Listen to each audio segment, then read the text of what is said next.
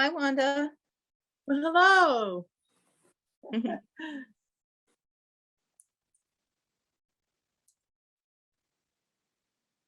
How's the weather down there? Well, it's kind of smoggy. And I thought, well, it must be the smoke has come down on the jet stream from Canada. Yeah, they said it's coming from out west. It's all the way to New York already. Yes, Goodness.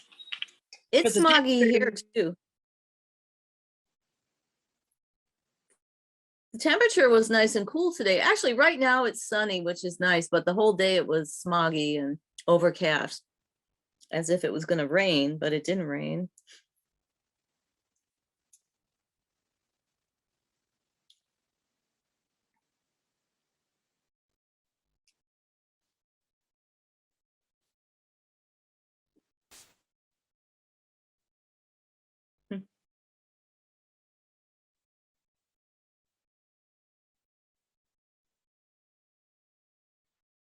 Hi, Catherine. Hi.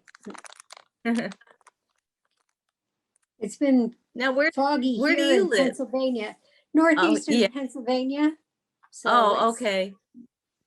been Same. Yeah. yeah, It's off heading. and on It's all heading. day. Yeah. Well, if today here is any indication, we're in northeastern Ohio, so it should clear up a little later for you guys. Yeah, we're supposed to get a cold front coming through. So It's cool today. I mean, it didn't get much above 70 today. I think 72 was our highest so far. And it's very breezy, so it actually it's about 74 here now. So it was kind of a welcome change. We don't have air conditioning in our house, so when we get a day or two and it's cool and we can open all the windows and air the place out, it feels really nice. No. yeah.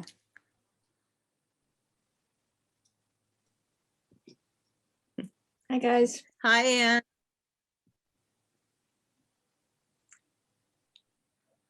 Are you dealing with a lot of smoke there? Oddly, it all seems to be blowing east to you guys, so we're Yeah. not getting much of it right now. It's been really overcast here with kind of a smoggy layer, but it did clear up this afternoon. Oh, good. Yeah. Yeah, I was looking at the map on the New York Times page about how bad it's gotten over in New York City, for heaven's sake. So Yeah. it must be either north of us or south of us, so we're not right in the path. Yeah, I know, and it's to the east of you. I think a lot of people in Nevada are evacuating. And oh, yeah. There's issues up around Reno and Lake Tahoe. Yeah, exactly.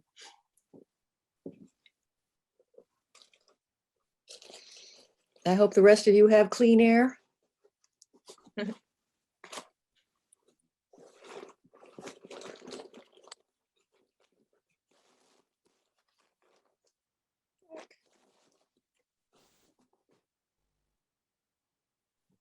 Lots of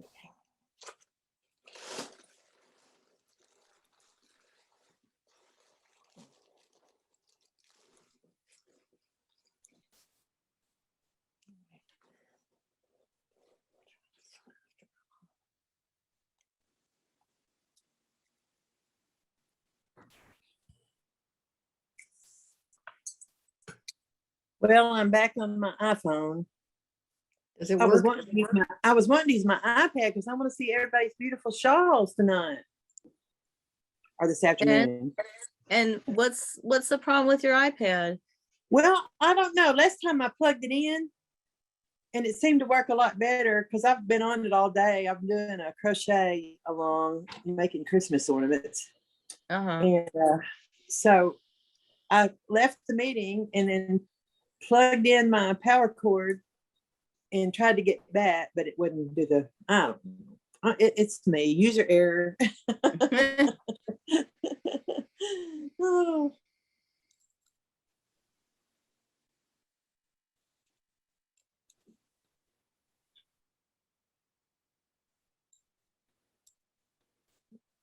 Are you still working on your shawl, Wanda, or are you done? Did you finish? Well, it's so funny. I finished, but I haven't blocked it. I just finished it last night, and I thought I'm just too tired to block it.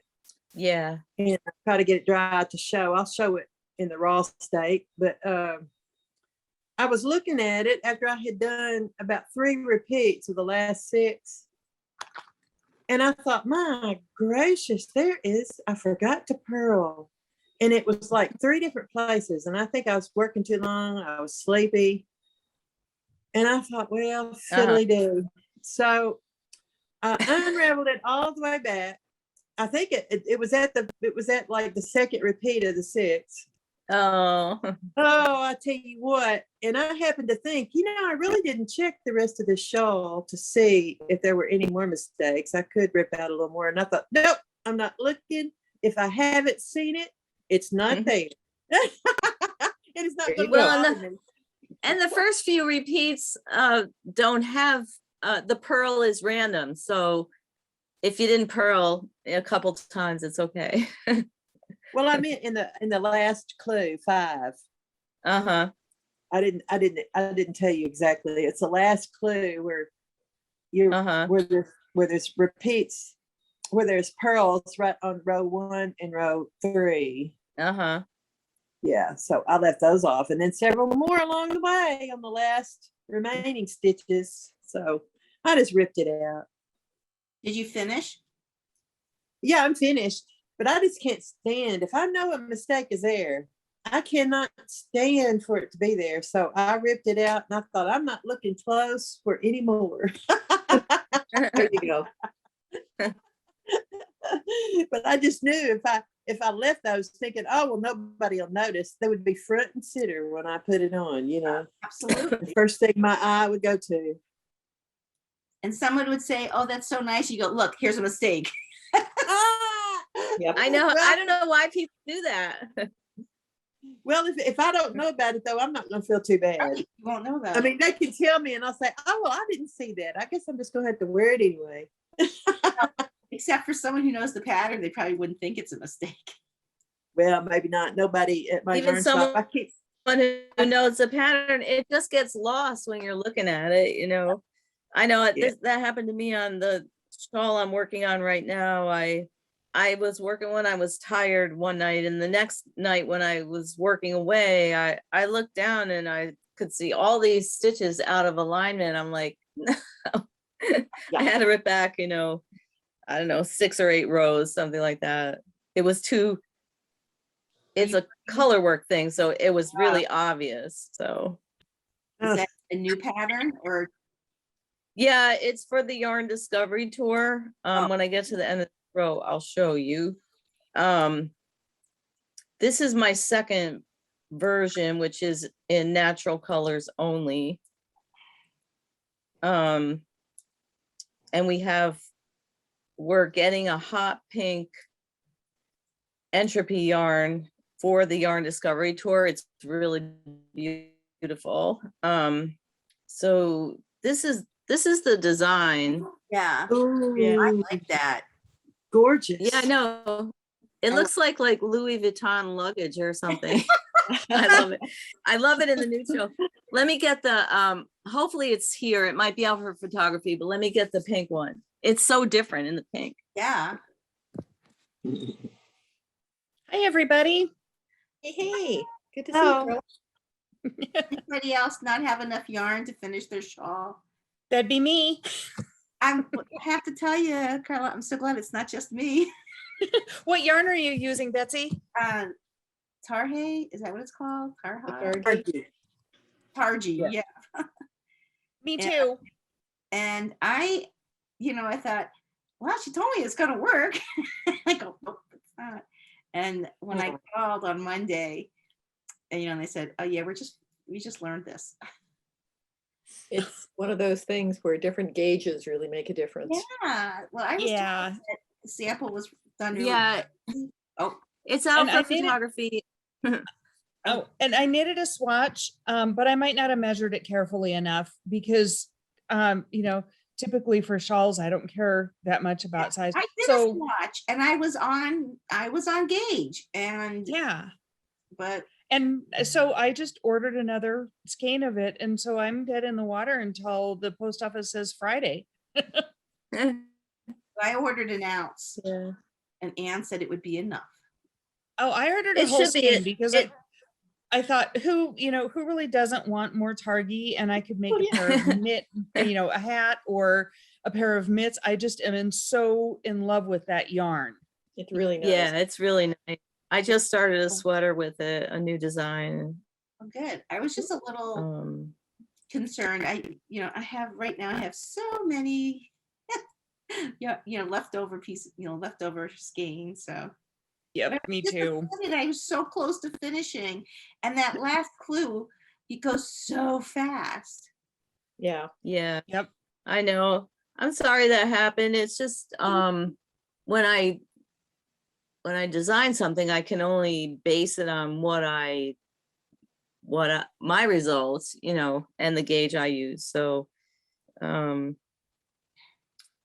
I don't look at it as things your happen. fault with me No. running out of yarn. And it's a yarn that I love, We have- so it's And not a big we have deal. just found with these kinds of things where we make a kit and it has a specific amount of yarn, there is just a huge range of knitterly usage of it.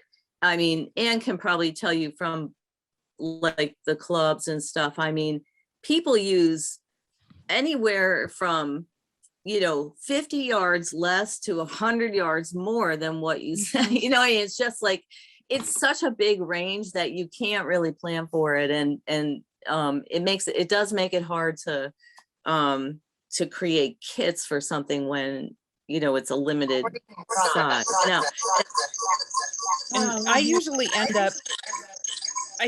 end up using a fair bit less than is called for, so I have some left Mhm. over.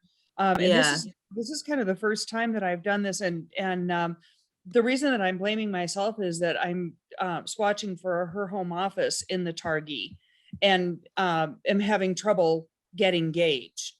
Mhm. And so I thought, did I not measure my shawl gauge closely enough too? So I have to work on the gauge for the sweater, and obviously that's going to make a little bit bigger difference.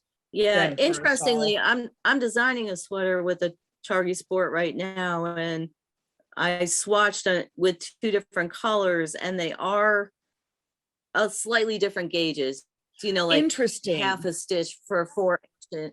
Yeah, it's not a lot, Interesting. and it would be easy to make it work with a different needle size or whatever. But Yeah. I did find and this yarn comes from a mill that is very artisanal. They have like antique machinery and everything, which is great for the texture and everything that we Mhm. want to get. But the blend itself also, the different shades are made with different amounts of Targhee versus the dark wool that's blended with it. So I feel like that for some reason in this yarn, it makes a big difference. Whereas with the Modern Deco Sport, for instance, it doesn't make that much of a difference.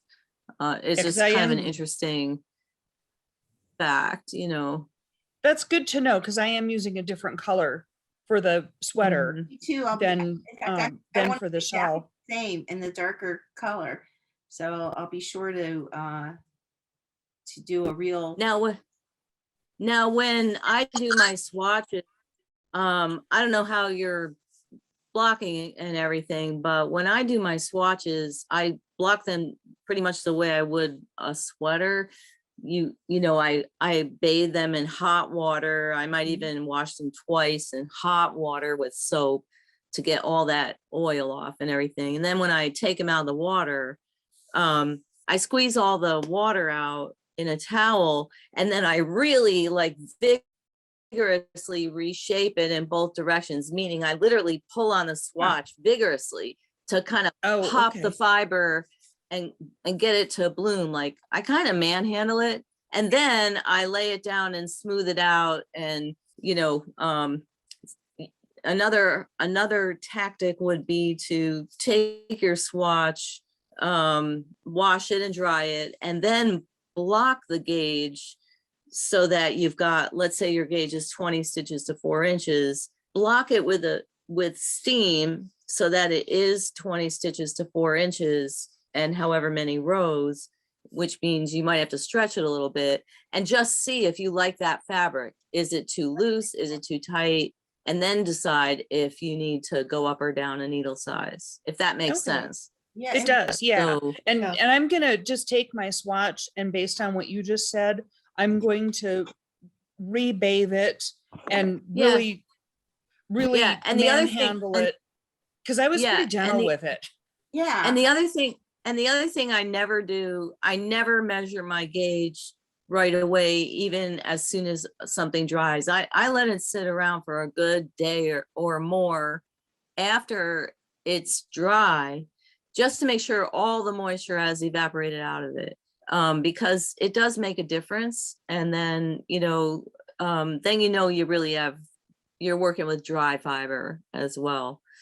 So those are just some tricks that I use, and they may or may not work, but at least you get a little closer to a gauge swatch that is going to be like your sweater, which over time, you're going to wash and wear several times and lay it Mhm. flat to dry. You're not really going to fiddle with it once it's all put together. So you really want kind of that same fabric. You want to be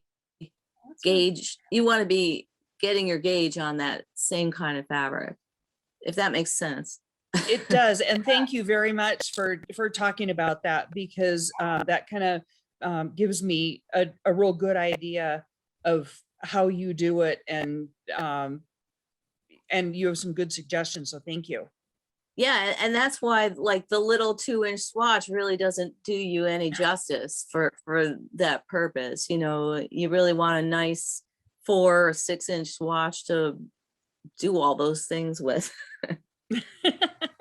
And I rewatched And your the book. sweater, the swatching on the sweater class too. And so this is really good. I might be micromanaging my swatch.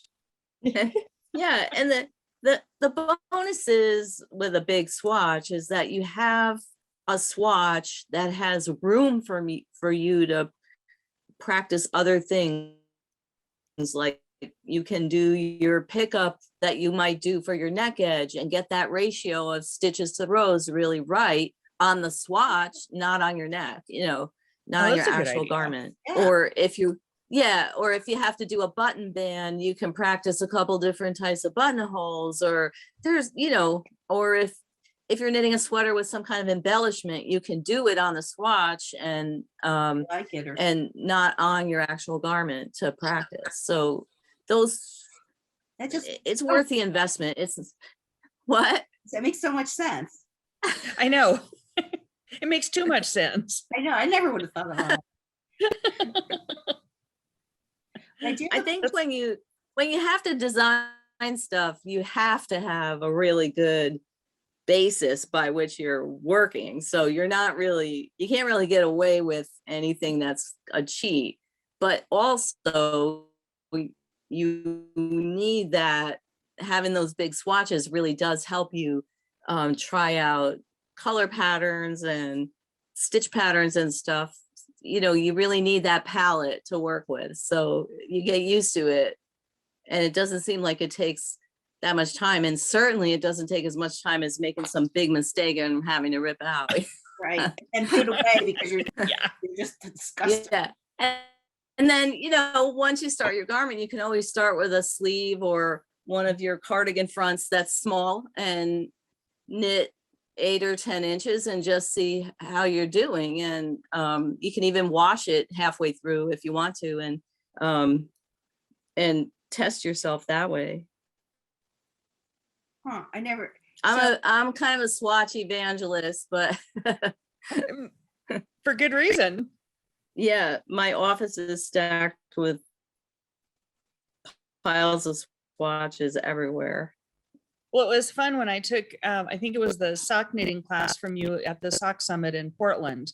And you had like a whole bag full of swatches that you put out on the table. And it was great because you could see how different needle sizes acted and how different fabrics, how different fibers acted, and you would, wave one and it was, really supple and drapey, and then another one was just really stiff and solid, and it was Yeah, great to see yeah. all those in person. Yeah, I always bring a swatch. I have swatch library for every class that I teach because it's so instructive for people to see that, it's so instructive. It blows people away, It did. Yeah, it did.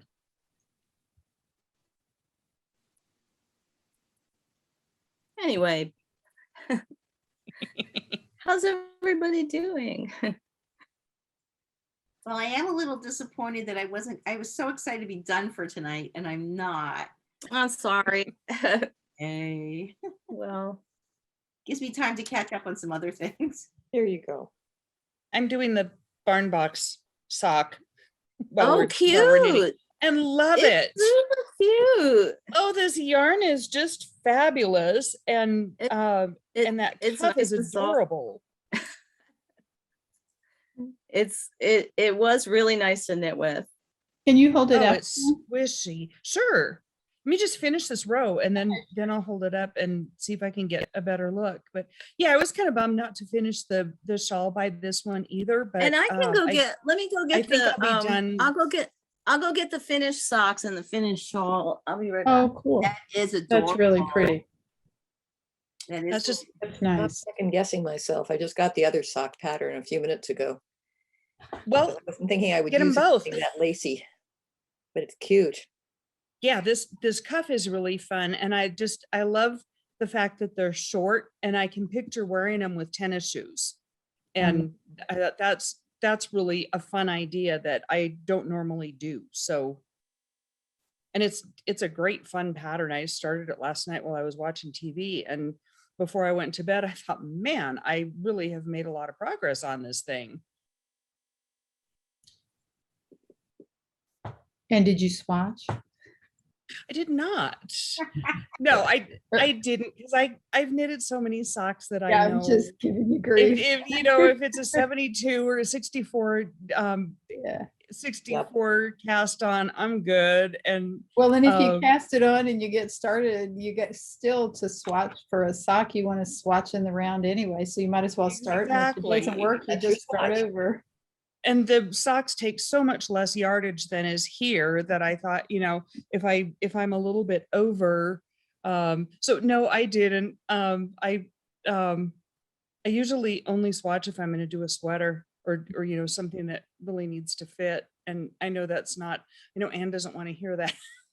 I But won't. it just So it's a depends good on thing what she's you're not doing. here. a towel. What, Betsy? I can tell. Yeah, Here she is. Shh. don't tell her. What? I'm the teacher, what? don't tell, shh, shh, shh, hide your notes. I can't find the socks. I don't know where they are, but I have this is the bunny Oh, apple that's ball, pretty. So cute. Which is- Oh, pretty. which is what a lot of people chose to do this. Chose this pattern. So, oh, did I hold it up backwards? I held it up backwards. Oh, even better. Yeah. So nice, Yeah. really pretty. Yeah, it's Really super pretty. cute. The little scarf size. And that's just one skein, right, Ann? Yeah, and Barb had quite a bit left over from that. She just knit the small size in the pattern. I think you could probably knit the large size with it. Let me just, this one's knit from the bottom, so you might not want to, You'd have to know I in don't rem- advance. well, unless the yardage on the pattern says so. I mean, I think it said 450 yards and then the sock is 437, something like that. oh, okay. You probably would have enough. And if not, someone else would have leftovers from their sock to share, Yep. it would be likely that someone might have leftovers to share. I was tempted to ask you about, are there any sweaters that are applicable with that? And I think I saw someone say they were going to do the violet with it. Yeah, the violet was offered as an option with it. if I'm not mistaken. Isn't that right, everybody? Violet? Mhm. And Blumchen or Sprossling would be adorable in that color. Those are little cardigans. And let me see, let me look on my phone. It's You know, such a really- pretty First color. one, you said Strassling and what else? Blumchen. It's a little V-neck cardigan, Blumchen. Oh yeah, okay. Yeah, that's super cute. I have a couple of those that I wear. Let me see. I'm looking to see if there are others. Hang on. Well, even probably something like 405 Lex if you wanted that, or maybe the little summer tops like Atlantique might work. Let me see what the gauge is on that.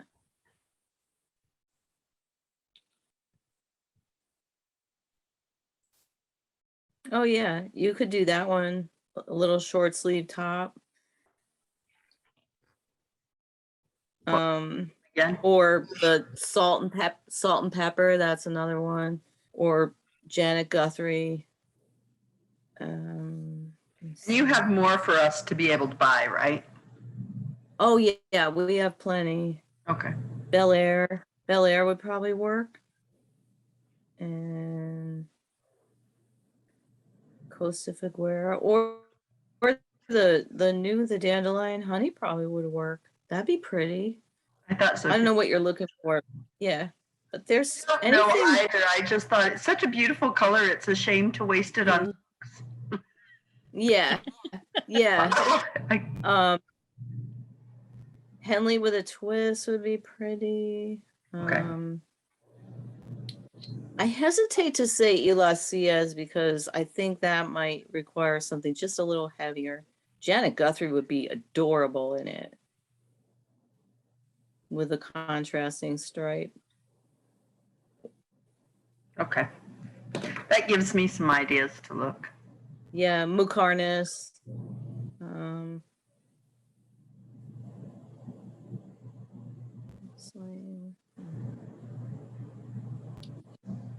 Triticum, Violet. I think I was that's actually really happy to see this yarn come because I had been in a sock club before that had a sock knitted out of a shade that was very similar to this. And I've worn them so much that the bottoms are gone. And Uh-huh. I've been kind of those socks always made me happy when I saw them in the sock drawer. Those always made me happy. And the reason they're worn out is because I always chose them. And so I thought, oh, nice, another pair of peach socks. And you saying that reminds me, I had completely forgotten. I remember my friend Cookie did it in her club. That's the some one. years ago. That's the one, yeah. Yep, those pay That- my socks. Uh-huh. Yep, that's exactly what I'm talking about. What is she up to these days? She seems to have kind of vanished from the knitting I had- community. Dropped off the face of the earth. You know, For she you started too? doing a lot of traveling. And Mhm. what? For you She too? just started doing a lot of I'm sorry, we keep crossing over. What did you say? I said, has she dropped off for you too? Because you were so close. Pretty much. I mean, we chit chat once in a while, just like on Instagram and stuff. I haven't talked to her in ages. She got into bodybuilding and that, and I think during COVID, she was trying to continue it at home and everything. So honestly, like, I don't know what she's up to. Yeah. She travels a lot. Like, they're always somewhere fabulous. You know, they're always like, you know, in some other part of the world. And her husband was working, I think he still works, for this internet startup that finally went public. And when it did, he got a huge payout of a Nice. huge payout. So they bought a cool house, like a cool mid-century landmark type house in Redwood City, and renovated it entirely just to, There was, you know, she showed pictures of that. It was in some magazine or something. It was so cute. yeah. Yeah, they always wanted this certain architect's A-frame style house and they found one. And so then they renovated the whole thing. I didn't get to see those pictures. I wish I had. And then, but it doesn't seem like they spend a lot of time there because they're always someplace, you know, fabulous. So, and her family, you know, like her dad and her brother live in Thailand. So Mhm. they've got interesting places to go. Well, good So- for them. It sounds like they're just living a wonderful, fun life Exactly. for them. Makes me happy. Yeah, and you know, yeah, and they're doing it while they're young and they can still do it. It's really fabulous. Really smart. I know my mom is always saying to me, you have to stop working so hard. And I regret that I didn't start doing fun things till after I retired. And she didn't retire till she was 77, you know. And Wow. and I'm like, well, what am I supposed to do? I can't just stop work. You know, But I you can't just enjoy your stop work too. I do, but it is, I do work really, I don't want to say I work really hard because I'm not shoveling coal all day or anything, but I work a lot and it can be stressful, you know. And I'm not always free to keeping all the do, knitters happy is stressful. yeah, and you know, we just have a lot of responsibilities that make vacationing harder, and so we don't do it. So I just tell her, you know, well, I'm planning on living till at least your age, so I still have some time. Yeah. Well, we're self-employed too. And so, you know, I get that taking vacation is harder. We have a hard time taking vacations and, you know, and I've had parental care, over the last 10 years. And it just, you know, sometimes you just put your vacation life on hold. Yeah, And, you know, we're lucky we live right outside of Tahoe, which is where a lot of people vacation. And so we take day trips and, you know, yeah. you do what you do. You have someplace really cool that you actually live, and that's really nice. to- Yeah. Yeah, we do that too, because you're living in Rhode Island, it's right near the beach. And we we'll just take day trips to various places in Massachusetts, Connecticut. Mhm. In the Yeah. off season, You're we'll not far from DC, or you yeah, you no, got we lots have of, to. We can go to the city, yeah. you know. It it's just going down to New York, there's a lot of traffic. So we try to go Yeah. Maine, Yeah. New Hampshire, visit my daughter. Yeah, I mean, you have to be willing to take a day off now and then Oh and yeah. do it. It's sometimes hard to get David away from the house because he feels like it's, and this is for him, more stressful to go somewhere than to stay home. So that's a mindset that, you know, we're dealing with. Well, and what my husband and I do, we do separate things. And, you know, Yeah. he's off camping right now and he loves to camp and I don't camp. Yeah. And I just Yeah. think it's great that he goes and does it. And I stay here and do my thing and hang out with friends. And girlfriend and I will go up to Tahoe or to, you know, to a lake or, you know, just Yeah. something like Shopping that. or And whatever. Yeah. yeah, exactly.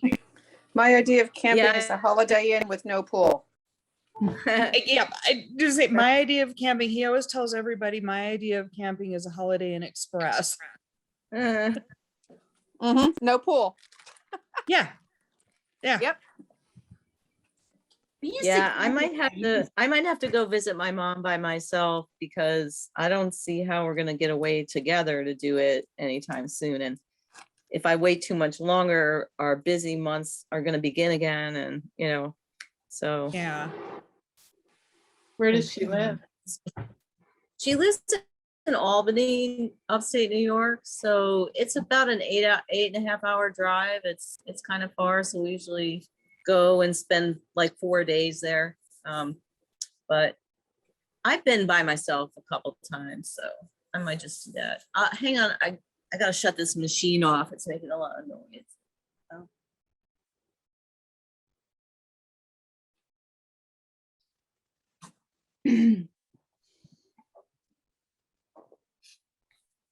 We have one of those, is it called a HEPA air filter? HEPA? We have one of those in the shop, and David has it set to go on and off automatically when no one's here. So it always goes on during midnight.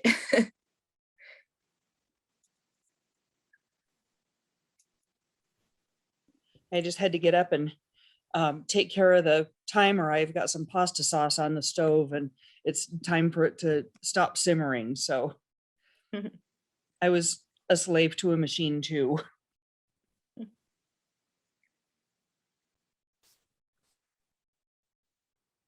Well, given So that I tonight work we- a academic year, summer is always a special time. Yeah.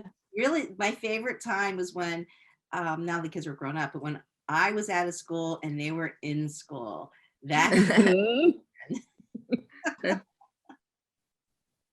but now It's like a vacation in itself. and I've always been in school since I was 5 years old, and every September it hits me in the face. And I'm like, oh my God, I have to start getting ready for the fall semester. When do you go back now? We always go back after Labor Day.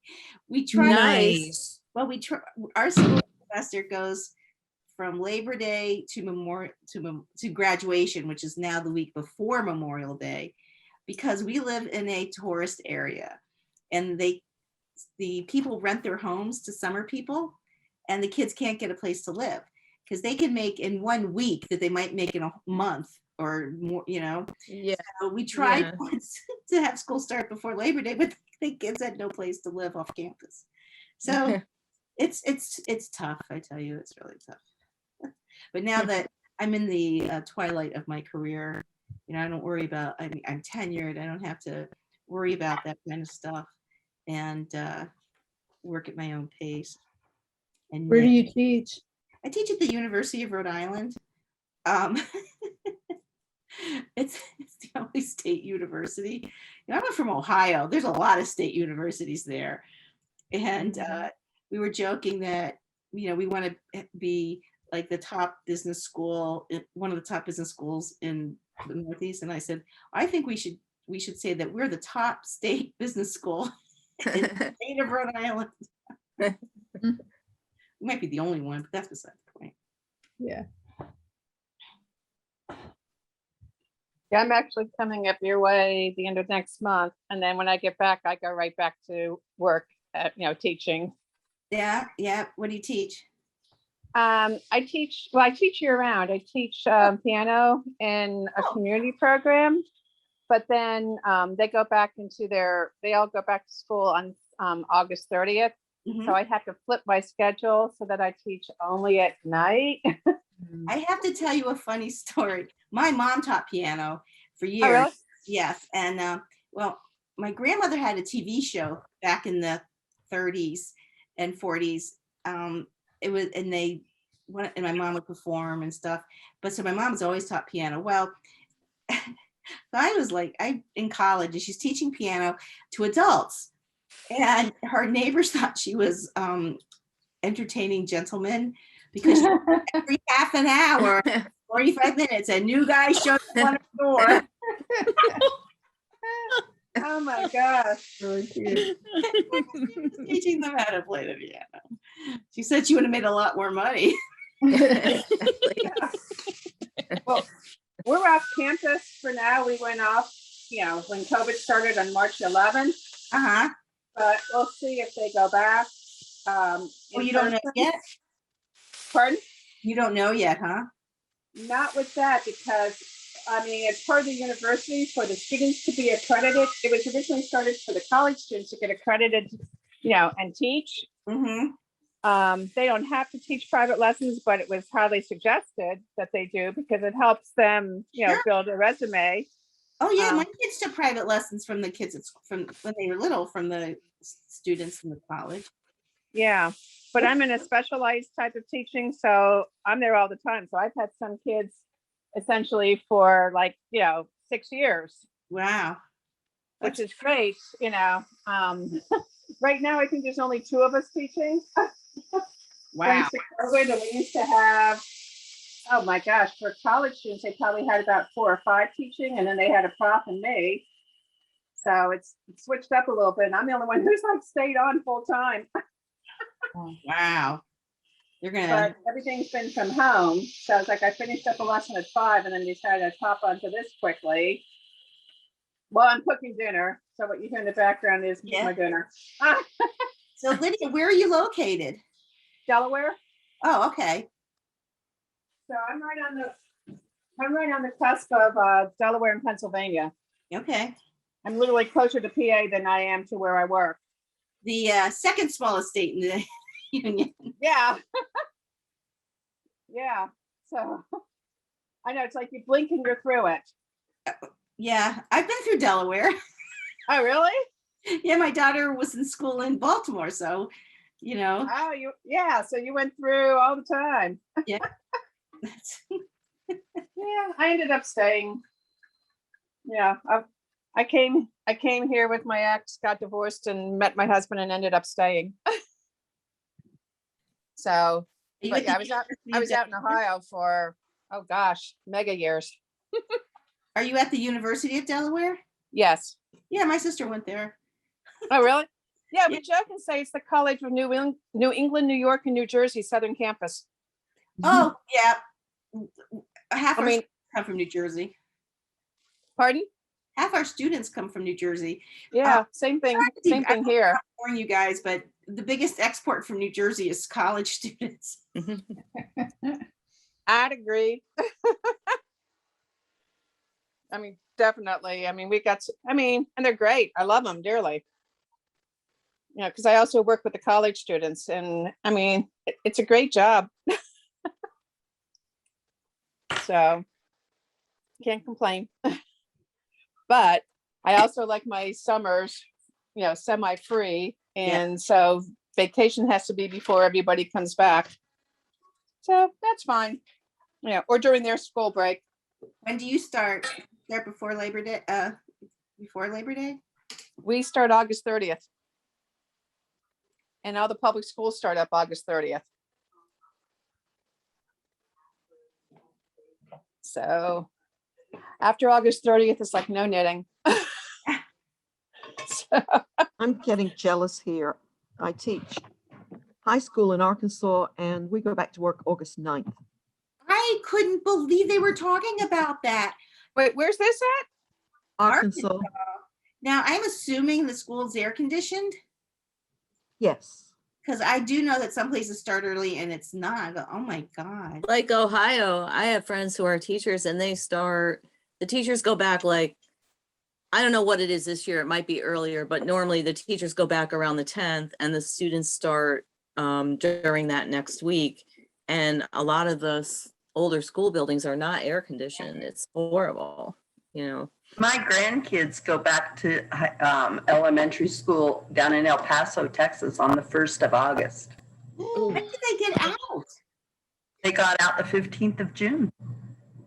Oh my gosh. Yeah, I think our kids They're here go, worried about COVID and the days again or what they're doing, but it's ridiculous. Now here they do get out in May. They get out, Let's get out. the high school kids are done by the 3rd week of May or something. And the rest of the kids, I think, finish up just before Memorial Day. I know by Memorial Day, everybody's out of school. That's how it is here in Colorado, but down in El Paso, they're starting in January or on August 1st this year. And they in have El long- Paso, it's like They have like long Christmas break and stuff. uh-uh.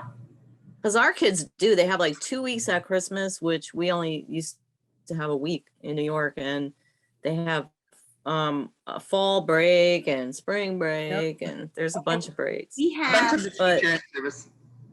we have 2. But I imagine too that in El Paso, there might be a need for extra school days, to a lot of kids are speaking English as a second language and stuff like that. So it's Yeah. probably a lot different than in the Midwest, you know.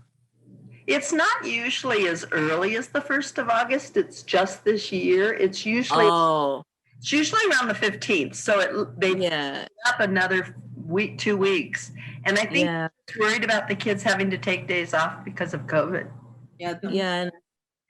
And also catching up. I mean, a lot of kids just couldn't keep up with their remote Right. schooling. Yeah. So that's a big problem here. I kept telling my daughter, she sat with them. She's got her master's in molecular biology, genetic engineering. So she's a smart little cousin. She sat beside him the whole time. And I said, you know how many children don't have a parent sitting beside them? Yeah. Mhm.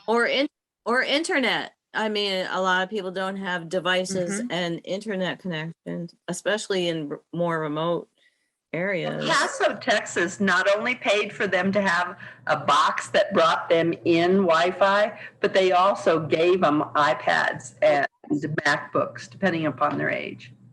That's good. I'm glad they did. The problem, as I see it, and I've spoken to some of my friends over in education, that you can't mimic the school day on Zoom. And they would try, and because you just stop and when you go into work or when you're in school, you're not working the whole time. Yeah. But I was reading something about a gentleman wrote, and he had been in one of the Slovakian countries, and that had been bombed, and like he missed 4 years of school, and he came to the United States, and he said, and you catch up. He said, yeah, it's bad, but you got to work with the kids, and they'll catch up. But it is a whole new. So many things that we changed because of COVID are going to stay, and I'm hoping that Mhm. it works. The only difference is, though, in almost every other place, people value education. So even where a family might not have two parents or might not have parents at home, there's a high value placed on education and getting and your responsibility as a child to get your own work done. And we just don't have that here. I mean, in fact, so many families are struggling, not struggling, but so many teachers are struggling in dealing with families who have a negative impact on their kids' education, where they're actually discouraging their kids. Like they goofed off in school and didn't value it, and they want their kids to value it even less. And it's such a big problem in all schools, not just, and it kind of, in some ways it crosses socioeconomic lines too, because even more well-off families who have educated parents still don't value teachers or education, or respect it as much as they could Mhm. to their kids. What do you do all day? And you're just you're a babysitter, or it's crazy. And I see One of my wishes from COVID is that it would teach the nation to value education instead of just assuming, oh, I'm just going to send my kids and have no input on anything. That I'm just going to send them off. It was always important to both of my kids. And Mhm. I discouraged my daughter from being a teacher not because I don't love the fact that there are really amazing teachers out there, but they're so underappreciated and Mhm. horribly underpaid. Yeah. It's hard. I'm sort of spoiled because mine is all one-on-one. So Yeah. the parents are paying for their lessons and they're monitoring their progress. And so they want their kids to learn. Yeah. So I'm spoiled in that. I'm also spoiled that all of my teaching is one-on-one and not in a group, setting. Right. But I commend everyone who's, all my friends who are teachers are trying to teach in a group, because I know it's difficult. And I have students who are take the attitude, I dare you to teach me something. I don't care. Wow. In college? Yeah, of course. And I tell them, I said, personally, I'm not your mom. I don't care. You don't want to learn anything? Don't learn Your anything. money. I actually I was teaching a PhD seminar, and this one guy got a B-, which is the lowest you can get and still pass a doctorate seminar. And he said to me, I didn't learn anything. And I said, it was evident from your work. Good for you. Oh, That's horrible. yeah. And in a strange change, I used to be very statistically aware, and I was the stat jock, and he tried to do something. I said, you can't do that. He goes, yeah, I can. I go, oh, yes, the computer will calculate it for you. It doesn't mean anything. Useless. Yes.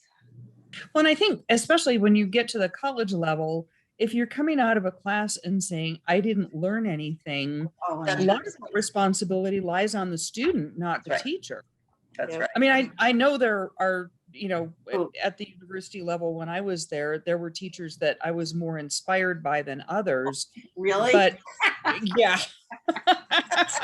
Those other ones. But, you know, ultimately it was my responsibility to learn the coursework and see that, you know, and I wanted to achieve, I wanted to get a good grade point. So it was my thing to learn. I want you to zoom into my class. The most honest response I had from a student was towards the end of the semester. And he said to me, if I didn't drink so much and belong to a fraternity, I would have done much better in class. And I happen to know his family has their own business. And I said, yeah, it's a good thing your family has their own business. I mean, I partied a lot during college too, but you know, always kept it kind of to the weekends, and you know, was never to the point where I couldn't make it to my classes or couldn't pay attention in my classes. I mean, my parents raised me with a really good work ethic and appreciation for education and the privilege that it was to have a good education. And you know, that was my job. And my parents just had us pay for our own. So there you go. Well, my parents said, as long as you keep your grades up, we will pay your tuition. They couldn't, my parents if couldn't they- pay, but it really does teach you something when you're paying your own way, you know, and bet. I hate to, there's been studies on that, and it doesn't make as much of a difference. No, I'm sure it doesn't for everybody. I'm just saying for me, I know it made a difference for me. It did for me too.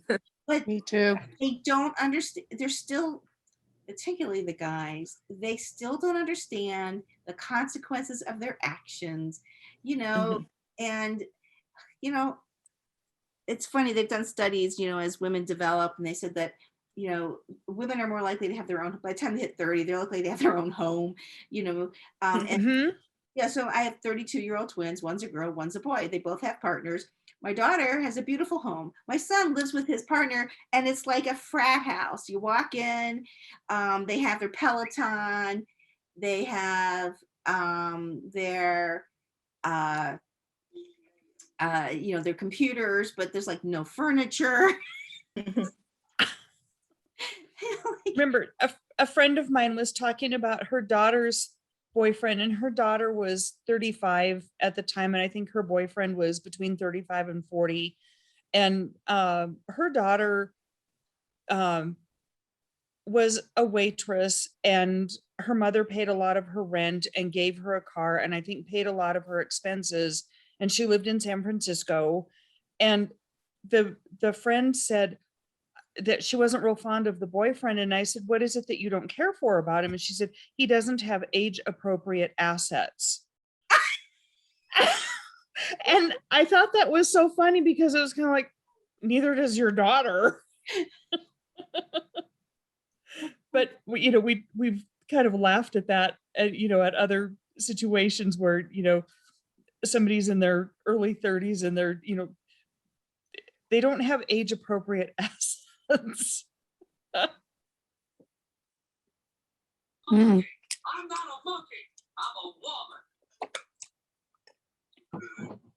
You realize evolution is pretty much. Well, it would be fun to zoom into your class. I haven't taken a college class for, you know, 30 plus years.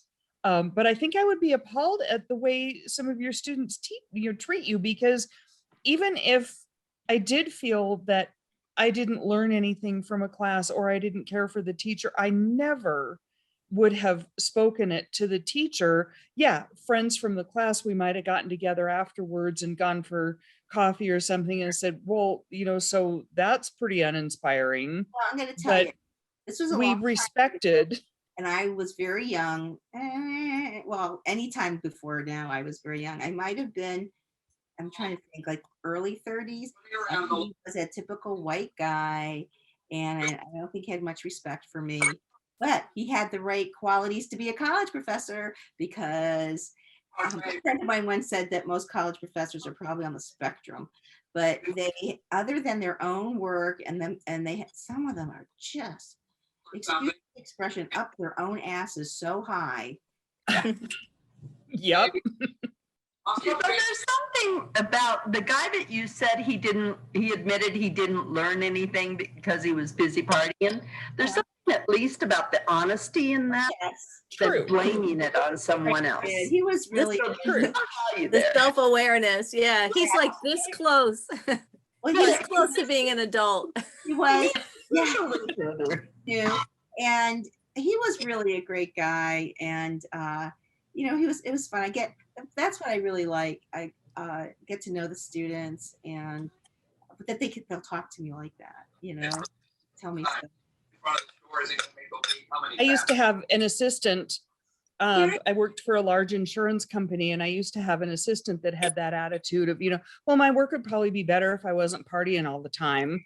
And she and one of the other assistants were out every single night getting absolutely on their lips drunk.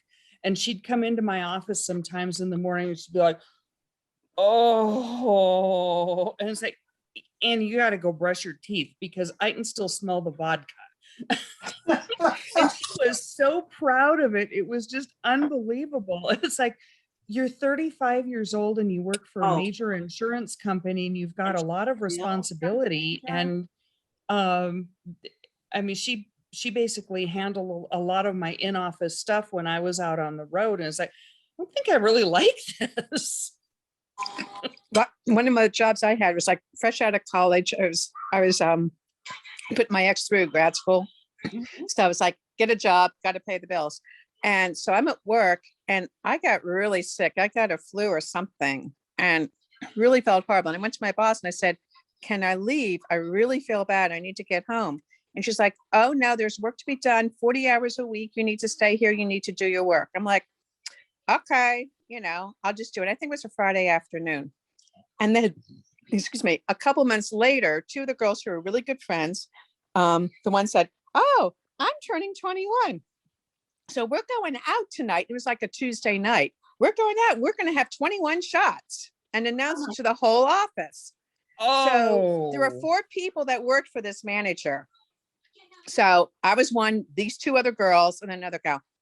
They come in the next day. They can't do anything. They have their heads down on the table. They're moaning, they're groaning. I feel so sick. I can't handle this. I feel horrible. And the manager looks at them and says, you're good for nothing. Go home. I marched in that manager's office. I'm like, excuse me, I have an issue here. And she looked at me, she goes, yeah, I guess that's wrong. They had control and they decided to go out, get drunk and come into work and couldn't function. You were legitimately sick. And I said, yes. And she goes, I owe you a huge apology. Oh, good. And a day off. Yeah, really.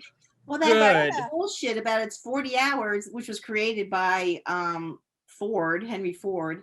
Back in the 70s, some companies started having their people work 4 days a week. No extra time, 36 hours, right? They got more work done. And because how many times have you been at work and you're sitting around, you don't have anything to do, so you make work, or you have 4. Okay, let's talk about being in school and you have to write a paper. You take as much time as you have. Right? And so, oh gee, I have 4 hours. It's going to take me 4 hours. If I had 15 minutes, I could do it in 15 minutes, but it's not due yet. And hopefully companies well, so many companies feel like they have to have control. I have to know what you're doing. I have to see you. I have to do this. I don't care. Did you get your? Mhm. Yeah, I mean, I love what I do. My boss is great. I make a suggestion and she's like, that sounds good. That's excellent. I mean, it's like now when we don't know if we're going back, on site or not.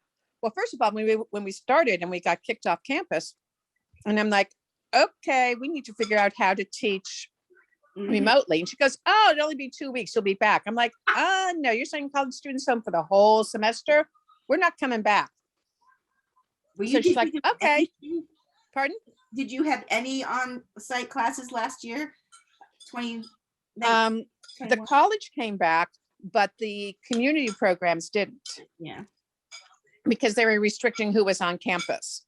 Mhm. So they're like, we can't have a community program here because, There's too many. we're trying to keep only those who absolutely have to be there with hands-on classes, like animal science, Right. chemistry, Right. physical therapy, music.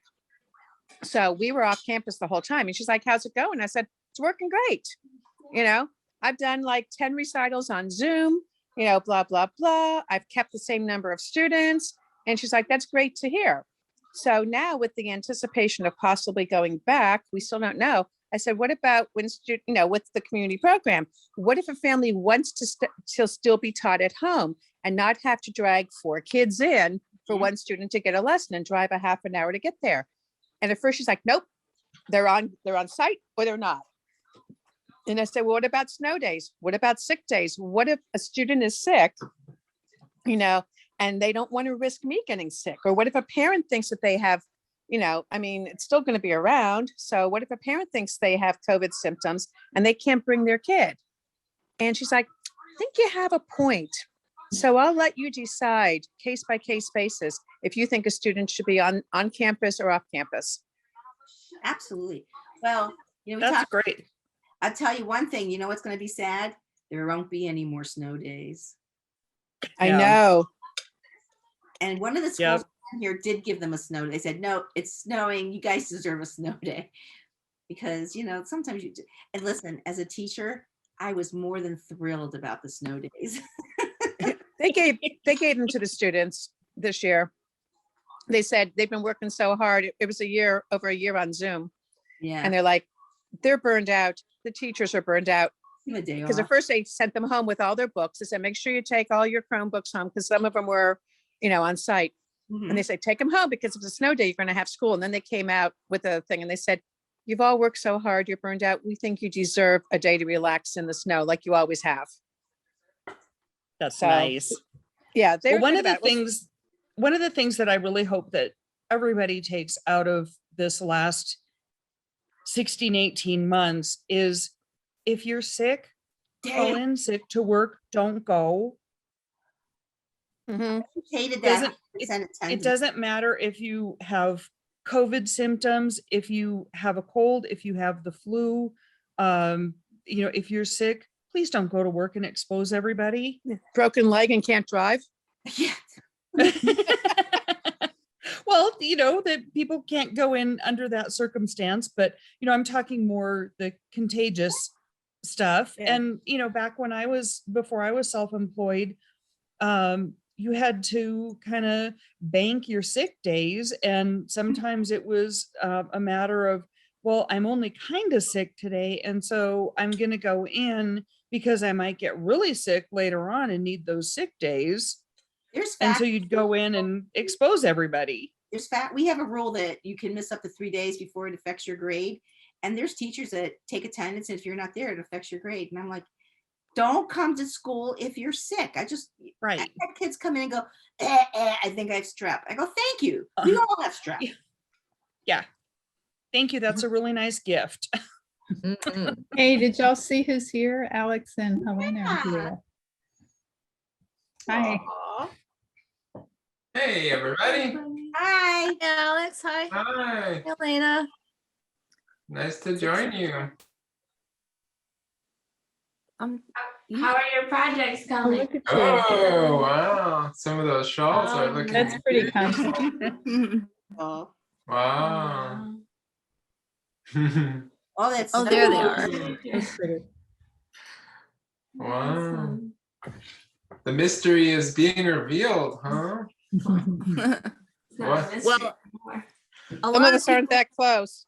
yeah, I don't know. We haven't had anybody actually show their shawl yet because they've been talking about school. I'm not there because I was doing mine and then realized that I made a mistake on the edging. And I had to rip out, it was like in section B, I had to rip out like 20 rows. Ow. Oh, no. Me too. I was devastated. Looks like Debbie has hers almost finished. Am I on? Yeah, I should be done today. I'm on almost starting the very last repeat. And since it's just little, I think I should have it done tonight. Oh, good. It goes Yeah. really fast. Yeah. Since yours is such a pretty color. Oh, that's pretty. This is- What color is lovely. that? You have so much left. You have to talk because I can't see what they're looking at. Oh, sorry. It's, here. Oh, there we go. Keep talking. Oh, Connie, that came out it. nice. Love it. Nice. Look how it's Mm. nice. I didn't even wash it yet and it's nice and shaky. But Uh-huh. Beautiful. I'm on the second repeat, but it gets faster as you go. Mhm. Because it's smaller. Yes. Yeah, that's nice. Because What yarn are you using? pardon me, Which yarn are you using? Malbrigo and, Malbrigo both. Nice. Yeah. But Mine's done, but it's on the floor here being blocked. oh, nice. yeah, I'm not that far yet. Mine is dry. It's almost Oh, dry. Anna's is done.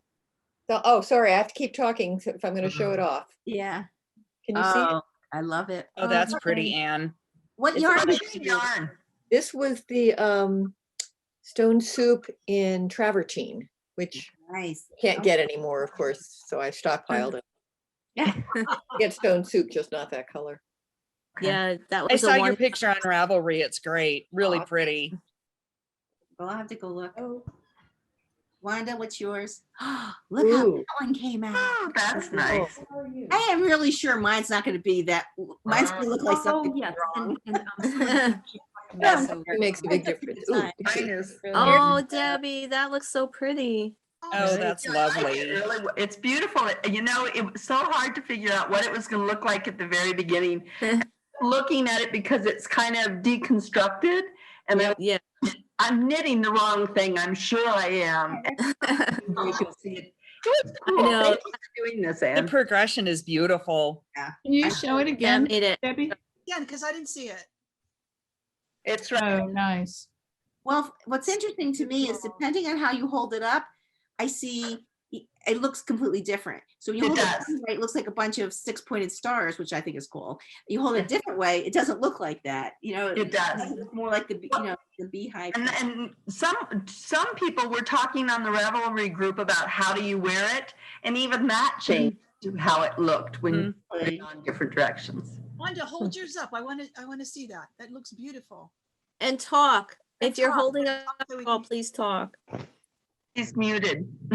Wanda, you're muted. It's really pretty. It is pretty. Wanda, you're muted. You know that. Keep Oh, here it is. All Here right, it I finally got it. Gosh. That I'm is- holding it with the wide edge up. yeah. Yeah. And this is the finish. Which So one? pretty, though. Which yarn was yours, Wanda? Well, it's the Targi, and it's in the color finish. I think that's the name of it. Mhm. The white. Oh, I'm so I excited. was looking for my ball band to try to figure out how much yarn I have left. Did anyone else make the small one? Because Yeah. Mhm. yeah, I ran out of And yarn. did you run out? Yeah. Yeah. I You think too? Anne had said at the very beginning that it was going to be on the small one. She had Yeah. warned us all that. I'm just glad it wasn't just me. Yeah. What size needle did you use? Oh, 8. Yeah, I that's used what 8 on the one side and a 7 on the pearl side. Because I'm loose. Wow. Oh, interesting. That's like more complicated than I could do. Wow.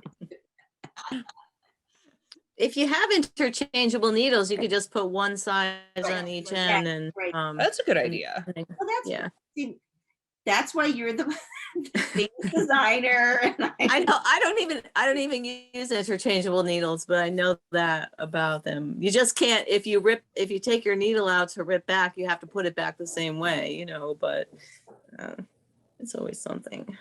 Always something. This clue was a little harder on my hands because of all the right and left twists. Mhm. It's really slowed me down. Have to admit, I did not look forward to the 2 rows. Each repeat had almost all right twists. Yeah. I know. Okay, here we go again. I love the I twist get now. really quick at them. Find the twists, just 7 of them in a row. I had to be very astute in counting. I count. Well, I have to count like a couple of times. I ended up putting markers. So, at- since Alex and Helena are here, do you guys have any news from the farm to share with us? Gardens are beautiful. Yeah, this What's is a, that? The gardens are beautiful. This is a really great time of the year here. Yeah. Did you Yeah. get a lot of rain? Did you have a lot of rain the last couple of weeks too? Off and on. yeah, it's been solid, but not too much. Oh, good. Yeah. Yeah. We had a ton, and our garden got really overgrown, but also really beautiful. I mean, everything is loaded with produce right now. Mhm. We're starting to eat regular meals from the garden, which is really nice. Nice. Yeah. There's that much So that we don't have it yet. We don't have our veggies yet. I think this week we hit 7 hives worth. Wow. Hey, Amazing. I know, and at the beginning we were like, we're hoping we can get 2 hives. That's So- incredible. Yeah. Aw. That's really Yeah. wonderful. What is we got the number last Thursday from Diana, and I can't remember what it is now, but oh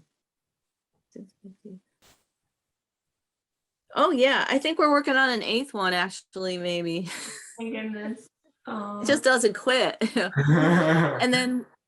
And we have a generous donor who wants to, you know, once we get a kind of final number and wants to make up whatever the final amount is for the last hive. So Wow. yeah. That's so generous and wonderful. Yeah. Aw. Yeah. For the bees. I mean, That's it's just so good. Yeah. Yeah. I Well, and for your community, you know, it's going to allow you to or allow your program to Yeah. expand a lot into your community, Yeah. which is of Yep. course good for the bees, but good for people too to be more Yeah. involved. be more. Wow. Be more. Betsy, did you have a question? Were you going to say? Hey, I was there's a big flea market up here, Brimfield Flea Market. And we were there, and a woman was talking. Someone asked her how her honey was, and she was talking about how you can't take all the honey. You have to leave enough for them to eat. And I'm thinking, yes, you're doing it the right way. Right. But I'm so happy to know that. So thank you. And I'm glad that she was doing it the right way, and you know, Yeah. and how we've coming out of a drought right now, so it was really important for her not to take too much. Hmm. So thank you for educating me. Yeah. You're so welcome. Yeah, it is. You never know with the season what it's going to bring. And if you're in a big drought, then the flowers don't give much nectar. And then the bees rely on the honey that they gathered in the spring and the months before in order to make it through the drought times, like in July and before the goldenrod and wing stem and different asters and things bloom in the fall. There's often a period of time when there isn't much for the bees. So yeah, in addition to the winter, there's also a need for honey for the bees in the summer. So yeah. We have a bunch of Russian sage plants in our yard, and the bees are so busy in them. It's really fun to see. Yeah. I don't know where the hives are. I don't know if anybody has a hive like in our neighborhood, or if they belong to a hive where people can gather honey out of, but I just love walking out there and just seeing that activity in there. Mhm. That's wonderful. That's what makes the world go round. Yeah. I saw Does really- anybody, sorry. oh, does anybody have any questions for these guys while they're here? We only get them one more night. Seeing you guys talk the other day, I went online and did some, looking around, and I found a really interesting expose on the bees all dying at once because of systemic pesticides that they were starting to put on the seeds and stuff. Just Mhm. because they weren't dying right away doesn't mean that they wouldn't die, one generation down. Right. So I thought that was really interesting that, these things are happening and we don't even really know about it. Yeah. Yeah, that's true, because sometimes it's hard to pinpoint what exactly the bees got into and when they got into it, because the effects sometimes come, like you said, generations later, when those bees then go and uncap the honey and eat it, and it's contaminated with a pesticide or genetically modified pollen or things like that, which are really detrimental to them. Yeah. Yeah, there's so much that we can do by just having a little bed of Russian sage, or a row in our garden, growing a row of calendula or something beautiful that maybe has another use also. But serving the bees and all of the pollinators. Yeah, we don't all have to be beekeepers to do our part and to help them. Yeah. It's funny, I live in Florida, I never see bees, hardly ever. Wow. I bet it wasn't always that way, but I don't think so. It probably, I mean, in a place like Florida has a lot of diversity in terms of its environment, though. Like maybe you might not see as many bees near the beaches as inland or in the, near farmland and stuff like that. But in Florida, the pesticide trucks go down spraying pesticide outside. Yeah, that's fire bad. hay. It's sprayed every other night. Yeah, and so that's got to have some effect. Where I do see the bees is at the beach. They wash up in the shoreline. Oh, A lot of times they're still alive. I don't know if they are attracted to the water in some way or. yeah, they Like- gather water. Yeah, because you see them along the beach certain times of the year. As a matter of fact, I've been stung by one. Just you can miss them. They're all over. Yeah, but I don't see them flying around outside, which probably because there's so much to eat here too. Yeah. Well, Alex and Helena picked a name for the shawl, you guys. Oh, what is it? Oh, yay. Oh, good. Do you want to tell everybody which name you picked? So let me just say, we got a lot of entries, and we narrowed down the list to, I think, 5 or 6 that we sent these guys, and then they picked a winner and a runner-up. So the winner and the runner-up will receive a prize. Cool. And the prizes are generously provided by Spike and Art Farm. So it's a little selection of goodies from them, which I won't show you because it will ruin the surprise. But maybe the recipients can show and tell them, like in the Ravelry threads or whatever.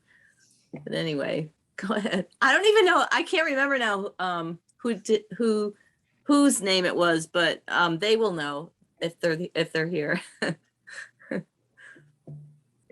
So take it away. Yeah, I don't know how to do a drum roll or something, but So the winner is Waggle Dance. Oh, that's so cute. Ah, And what was appealing to you about it? That's something that the bees do, and that we thought that was cool. yeah, the bees do this dance to communicate where the flowers are, and they kind of do this little like shake up and dance. They like walk back and forth, shaking their abdomen, and then they make a big turn and they walk up, like walking the catwalk again and go the other way, and then they go up the line and make a turn. And if it's really, really good nectar, they do it a whole bunch of times. And then the bees, other bees come in behind them and do the dance with them, so that yeah, so and then that's how they communicate to each other, because it's based on how long they walk, how many steps they take, and then what direction they do the dance on the comb. Wow. That communicates to the bee who jumps behind and does the dance where to fly once they leave the hive in relationship to the sun in order to find the flowers. Wow. Wow. It's like this Just incredible. like designing a shawl. Yeah, exactly. They're and yeah, we just had this kind of like image of all these bees dancing and creating a shawl. So cute. Yeah. Oh, that's That's great. cute. That's a great name. Yeah, I like the background. I like knowing the background of that. Mm-hmm. Awesome. And is the person who suggested that name on Zoom tonight? I don't know. I guess not, because they're not speaking up. But and then did you pick a runner-up too? We chose a runner-up, and we chose the Maccabees. Oh, I liked that one. I should have thought of that. And that's so cool because so many people are seeing the 6-pointed star in the shawl too, and so that's really appropriate. That too. is really funny. I did like that. I liked I was kind of rooting for B Hexy. I thought that was really there was somebody suggested a name, B Hexy. They were all There were good. so many I good- can't. Yeah. Yeah, they were all good. Yeah. Oh, I It was really hard to what was the pick. worst one, and what what were the silliest ones? There weren't any really. I mean, we liked a lot of them. We had to first narrow it down to like a dozen, and then we really had to cut some. It was hard to cut some of the ones that is brilliant. I love the idea of the dance. How many contributions did you get? How many ideas? Do you know? I don't remember the total, but it was probably like 30 or 35. It's not bad. Yeah, we had a Good. bunch. It might have even been more. I don't have the document in front of me, but it was really good of everybody to contribute. We haven't been able to do like a naming contest or anything for a while. So It's fun. we used to do it all the time on the blog. Every couple times a year we would do that. Yeah, it's really fun. You guys Yeah. pick great names. Yeah, well, congratulations. Yeah, it was so exciting to see all of everybody's projects getting done so quickly. That's a lot faster than I could ever do with knitting. They Yeah. look amazing. We have so Do either of you serious- knit? Alex and Helena, do you either of you knit? I know how to knit. Good enough. It's okay. I knitted a little horse in Anne's knitting class, or like your weekly knit group when I was famously. I love that thing. I think it was like 6 at the time. Yeah. Wow. Yeah. I don't know. It's never been like something that I can do a lot of. I do knit now and then, but really simply. But yeah. I'm very much in awe of how quickly and nicely all of your projects came out. Our You're farm manager here, her name is Antea, and she is knitting all the time. She really wanted to join this group, and but it's too much in this season of the year for her to add. So Mhm. she's hoping that you do it again in the winter. I'm Well, hoping what we she do too. What she can do is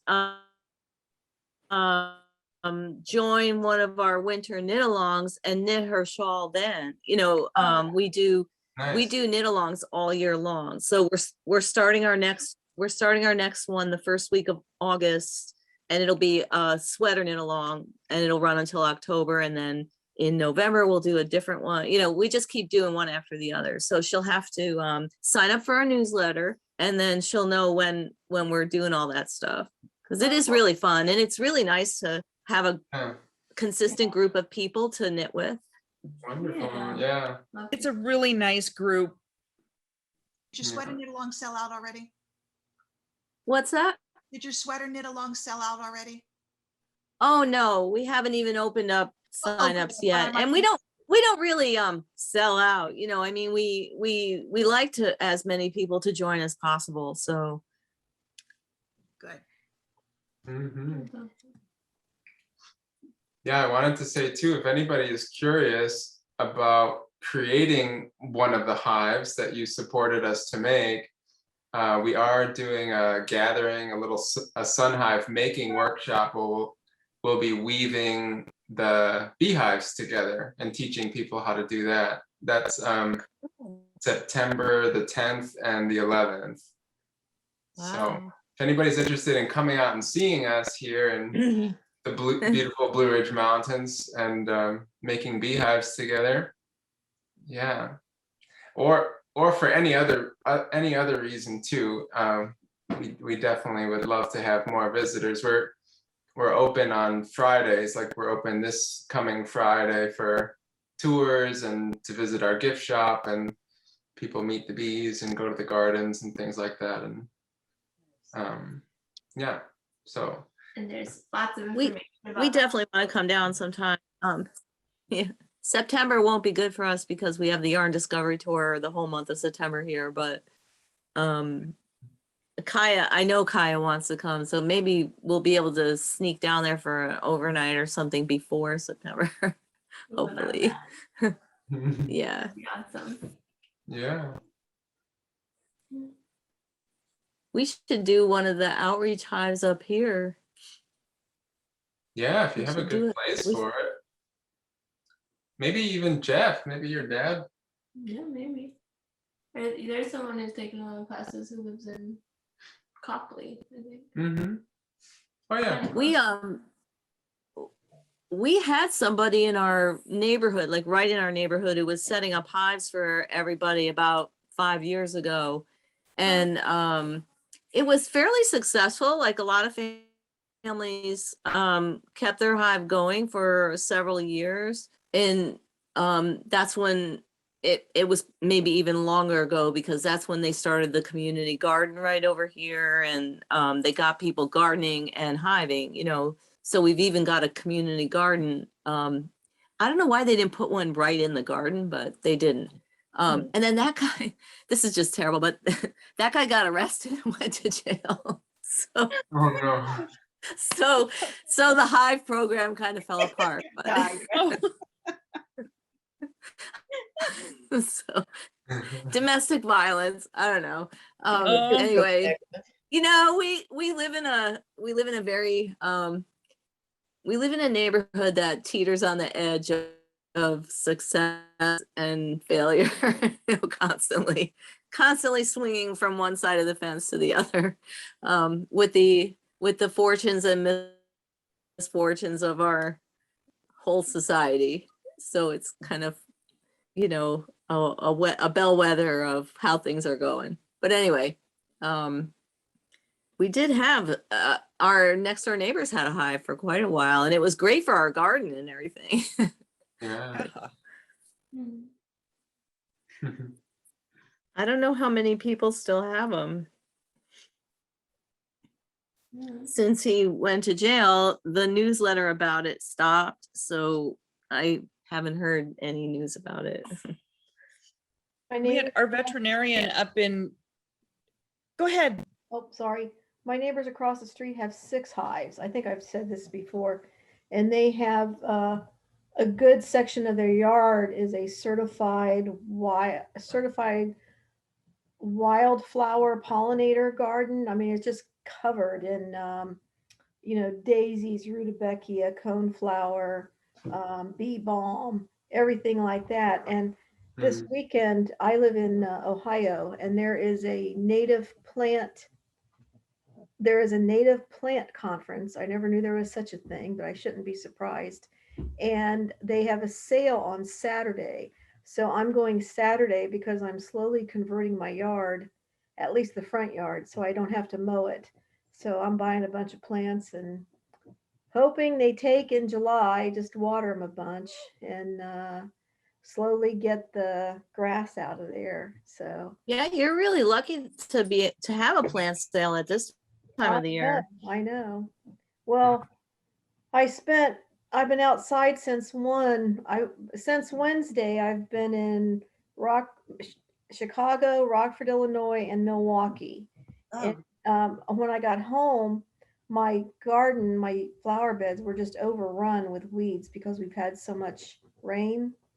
But the flowers still looked good. So I've spent a good bit of the afternoon weeding and then mowing the front yard. And I cuss every time I mow that damn yard because I'm like, this is ridiculous. Why I have this. So one of these days it'll be covered. I had a It'll neighbor, be beautiful. I had a neighbor that did the wild garden that came out beautiful. The city kept telling her she had to mow her lawn, had to get rid of, so she finally had to put a sign up so they'd leave her alone.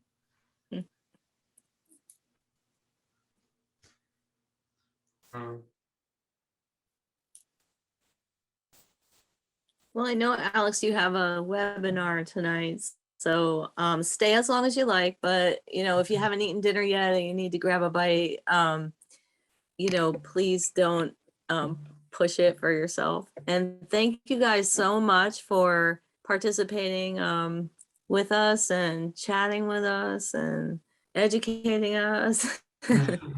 I think I speak for everybody when, yeah, we've all really enjoyed having you, and you're welcome to anytime. Yeah, we've loved it so much, and we're just so grateful for all the work you've done and what that will continue to reach out to the community and the bees, and this has been really awesome for us too. Yeah, those are the most wonderful projects where we're making connections and where you plant one seed and then you get 100 seeds at the end of it, and that's sort of what happened. And yeah, it's just beautiful, and we're really grateful for being connected with you all and for the generous support. So thank you so much. Thank you for the inspiration. Yeah, hopefully we can do it again sometime. I think our next like knit along fundraiser will be the one we do next summer. We've already Kai and I want to do something for a dog rescue, but because everybody loves dogs too. But you'll always be on our radar as well. So thank you so much. Yeah. Well, thank you too. Yeah, have a great night, everybody. All right. Good night. Thanks. Good night. Thank you. Happy knitting. Thank you. Thank you. Bye.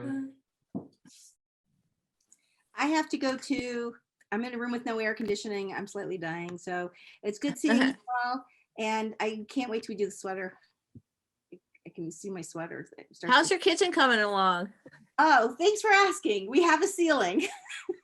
Oh, good. So, and there were 4 guys. The average age was 70. Joking. But it took them 3 hours to put up the drywall, and then they came back yesterday, and in 2 hours they had it all completely plastered. Wow. So now we're waiting. They have to repaint because when they tore the ceiling down, they ripped off some of the paint. So they paint the whole house, the whole downstairs. And so we don't have any furniture downstairs. It's all stuck away. So hopefully by the beginning of August, we'll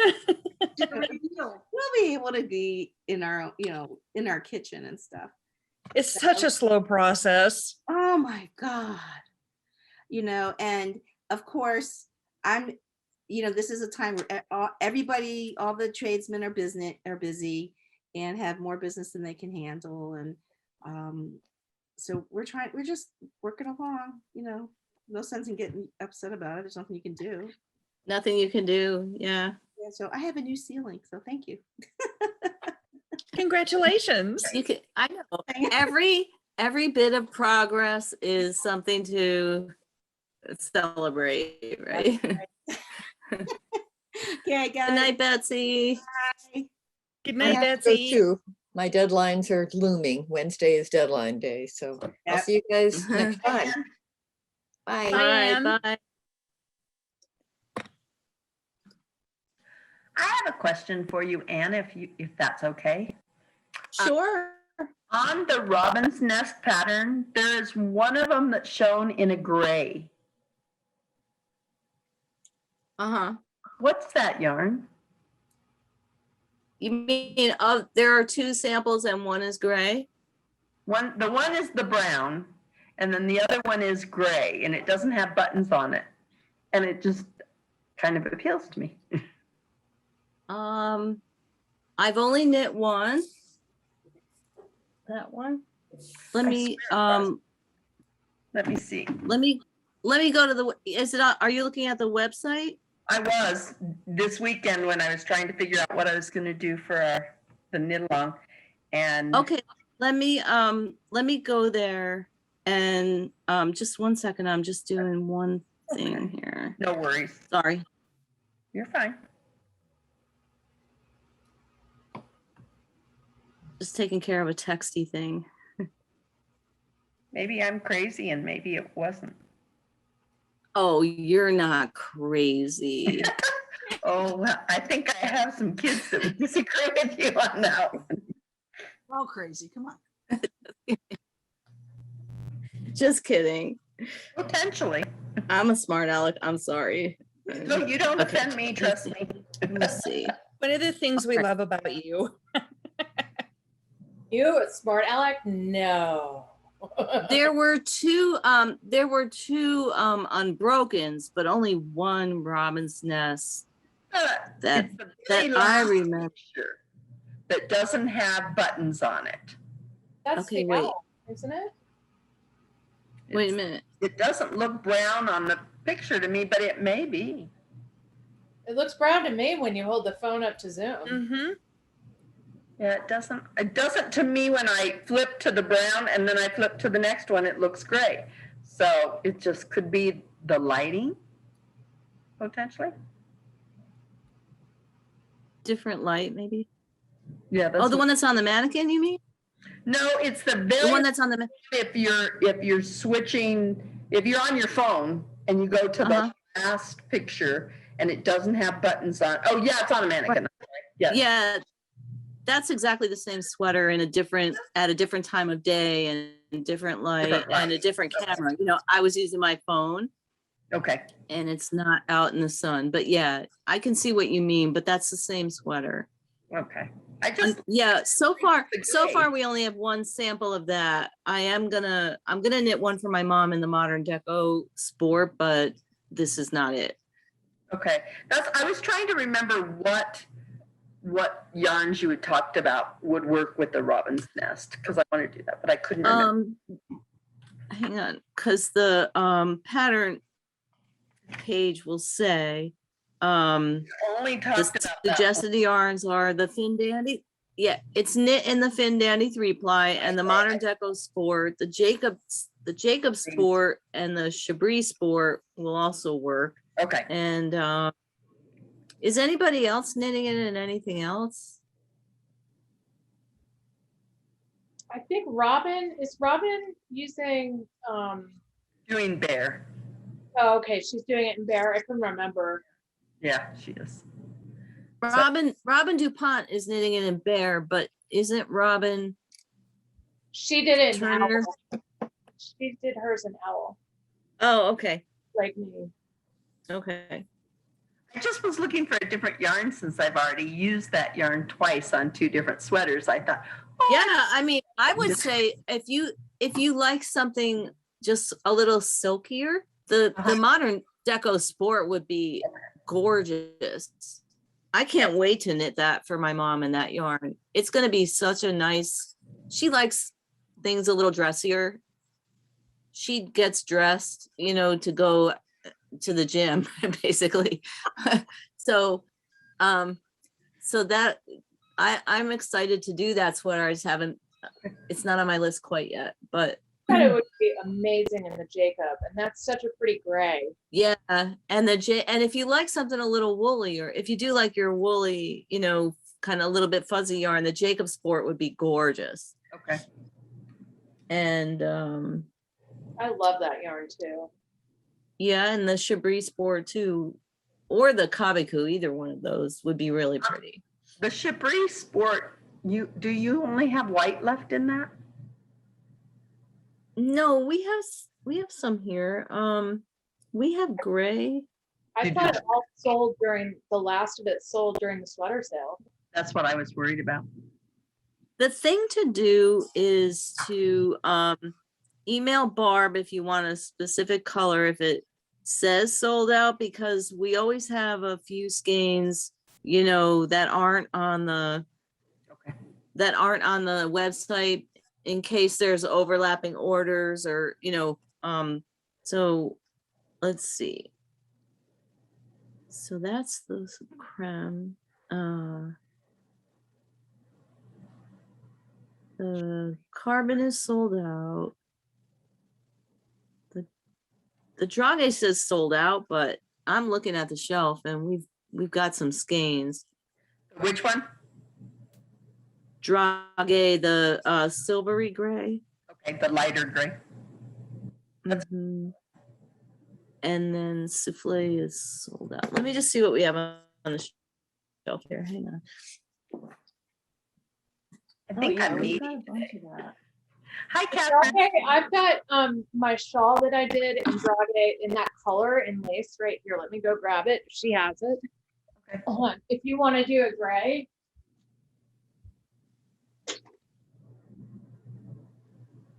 I'm wearing a white t-shirt so you can kind of see how it. So this is the Chabris lace in the Drage color. Okay. Very it's a beautiful blue toned sort of silver color. Okay. I don't know if there's enough contrast of color for you to see it. Okay. Does that help you? Yeah, it does. She has it. It's really pretty. If she has it, I tell you what, Debbie, I get stopped when I wear this constantly. Really? Because people, it's so luminous. Okay. It really has a metallic almost luster to it. And people just, this needs a desperate reblocking. But I mean, God, this held its shape for like 3 or 4 years of hard use. I've only blocked it once and it's been amazing. Which yarn That's is it again? that's the Chabris. This is Chabris lace, which she's Oh, that's the Chabris lace. Okay. the Chabris lace, which is long pulled out. And I love the Chabris worsted when I worked with it. Well, I just it's saw the Drage color. we have 3 skeins of Chabris lace that I didn't know we had in the creme color. I didn't know we had that. So I tell you, not a single pill, not a single, like, this has been so easy to live with, not a snag. I mean, it's just wears so beautifully. Okay. So we have 4 skeins of Drage in the same lot number, although one of them looks a little different. And then let me see what's in Lillian's office. This is just on the shelf I'm here. sorry. I didn't mean to take all the time. Yeah, but that's why she's in the shop on Wednesday nights. So if somebody comes in to go shopping, you're shopping. And we all love it. Just keep thinking it's probably a sweater I would wear when I go in to work with clients. And so it needs to be a little dressier. And the brown, I love the brown, but I want it to be just a different type of yarn. No, it's fun when this happens, when people shop during the call, because it's inspiration. You know, I get my pen and write down, you know, oh, the Chabris is nice yarn, and Because it's just nice to hear people talk about some of the properties.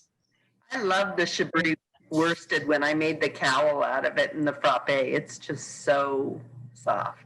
Well, and she's not going to make it anymore. So, like, if you think you want it, you need to get it. I haven't worked with it, so it's nice. Sounds like I better get on the stick with it. Yeah, it's nice. So she has frappe and the cream, the white, the cookies and cream or whatever it is. I don't remember. I looked at them all, so. They're all beautiful. They are. In person, they're beautiful. Yeah.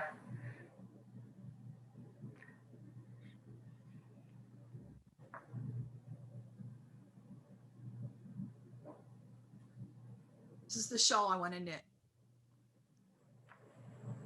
I finally didn't want to do rectangular, but it's so beautiful. Oh yeah, that was a club. Yeah. That's the one I've picked out. It's because it's a little bit modern, you know? Yeah. Well, I think that was the yarn. That was when Anne introduced the modern deco was with that. This is the modern deco lace. Yeah, I think that wasn't it, you guys, in the club? Heather, I can't hear you. I think it was. I thought it was the fingering. No, that's the fingering weight. Oh, okay. It's so beautiful. Which we now call sport weight, because it's more clear. How modern it is. What? I like how modern it is. Yeah, people love that shawl, the Edison and the Chatwall. Yeah. It's elegant, but still modern. Yeah. That's always been really popular. So Debbie, we have 4 skeins. There's probably another 1 or 2 in archives of the Chablis Sport in Drawgate. In the you want to ask for the 03 lot.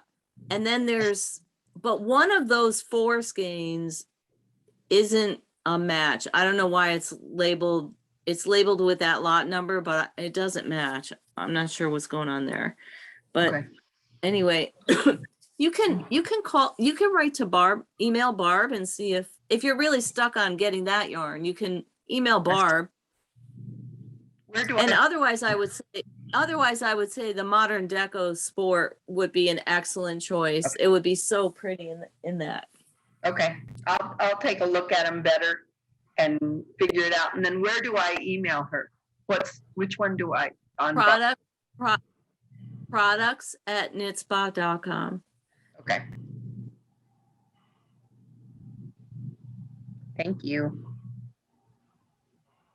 Yeah, You're would welcome. it be possible to do that?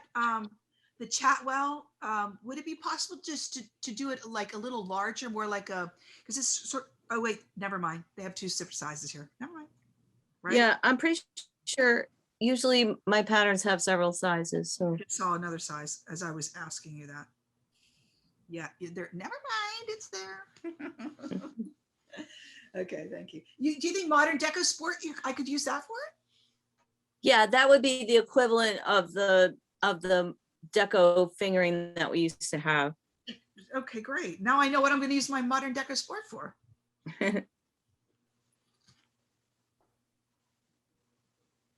And how did your mother like the sweater that you knitted for her? I think you were doing a violet. No, I knit her the dandelion honey. Right. The short sleeve dandelion honey. She loved it when she got it. She sent me pictures of herself in it. She just like put it on when she got it, and she had this like striped heavy t-shirt on under it, long sleeves, and she was holding the phone like under her chin, and I was like, I trust you. You like it. It probably looks better than your pictures do.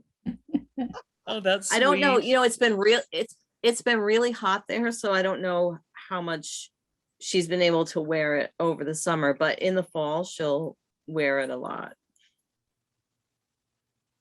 And I was worried that it looked a little big in the neck and everything, and it fit her perfect. It really did look nice. Oh, that's wonderful. Yeah, she has a completely different build than I do. And so I can never tell what things are going to look like on her by looking at them on myself.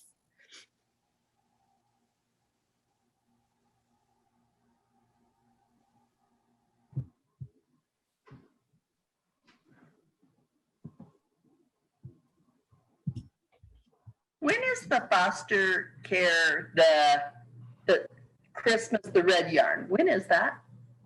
That kicks off, the designers have their yarn now. They're working on their designs, and we roll it out for Rhinebeck pretty much. So we sell the yarn, we open the yarn sales at Rhinebeck, and then last year when we got home, we put the ebook up and got all that going. And so the knit along will begin, the sweater knit along ends October 2nd, and the Festivus knit along will begin after we get back from Rhinebeck.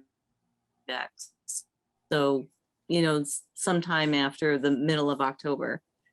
It's beautiful this year. It's so Well, I now know I it's don't so want to pretty. just buy that little bit. I want to buy It's so pretty. I'm working on my design now. I'm working on the designing of my design now. So I haven't settled on anything exactly, but that's all I'm going to say for now. It's so beautiful. I'm so glad that we Yarn had this, number that we worked with. 36. What? It says What's secret that? yarn number 36. Yeah, this is Festivus 6.0, so it's a new base, a different base. And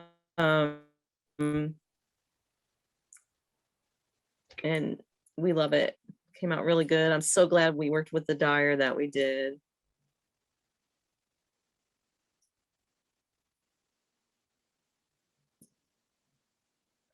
We have lots of goodies coming up in the fall, actually.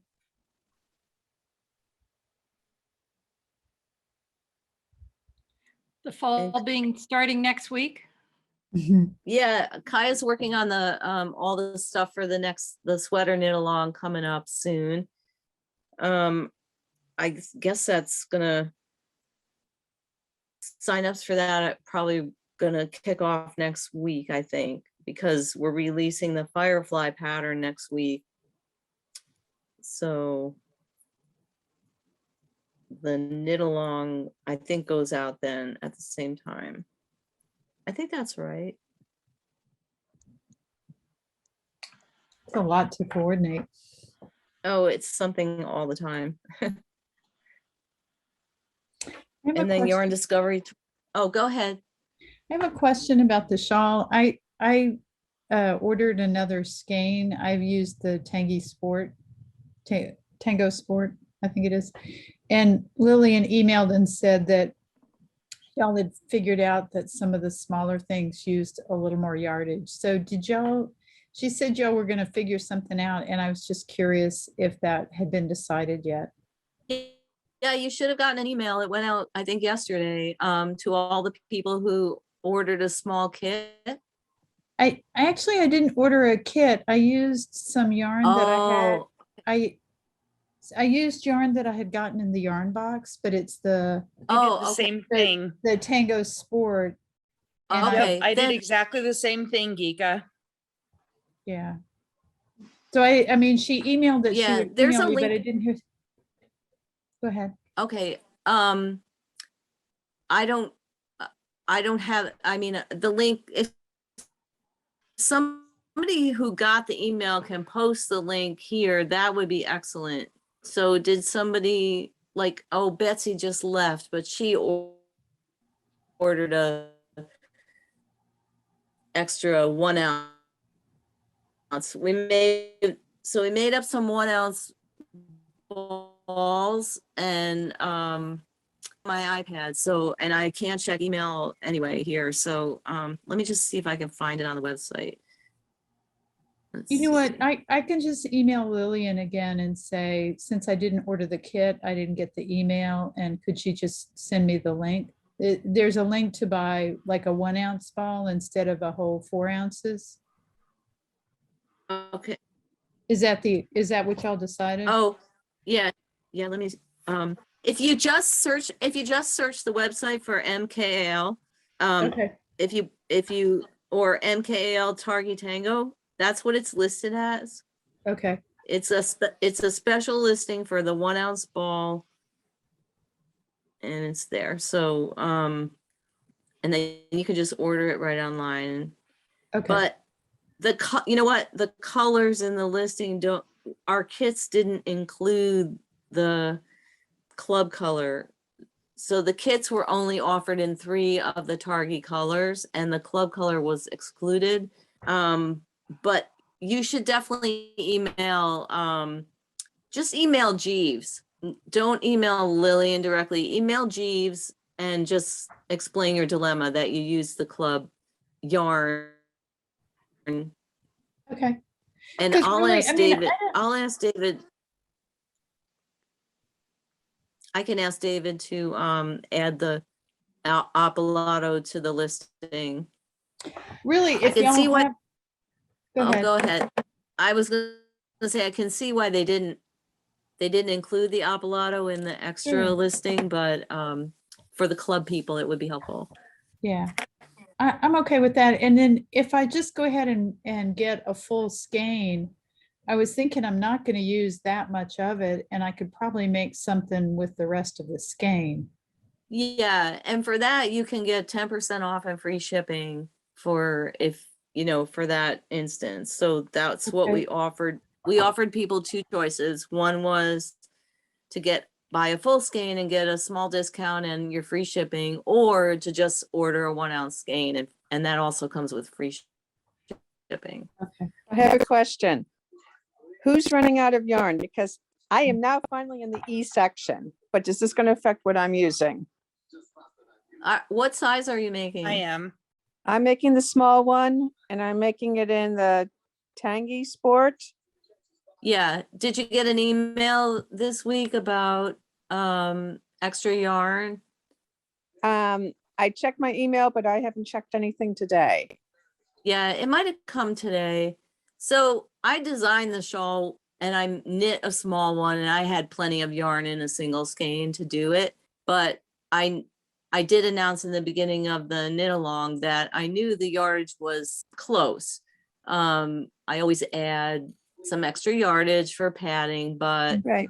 I did use, the allotted amount. So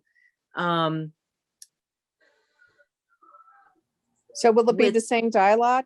we find that there's just, yeah, we only have 1 lot for all the Okay. colors right now, so yeah. Okay, so would I need to check my order to find out what color I ordered, or do you guys have that on file?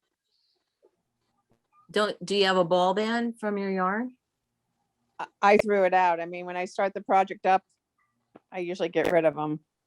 Yeah, you can check your order to see what color you use, but we can look it up too if you don't know. You'll have to email Jeeves to find out what Okay, that so might be.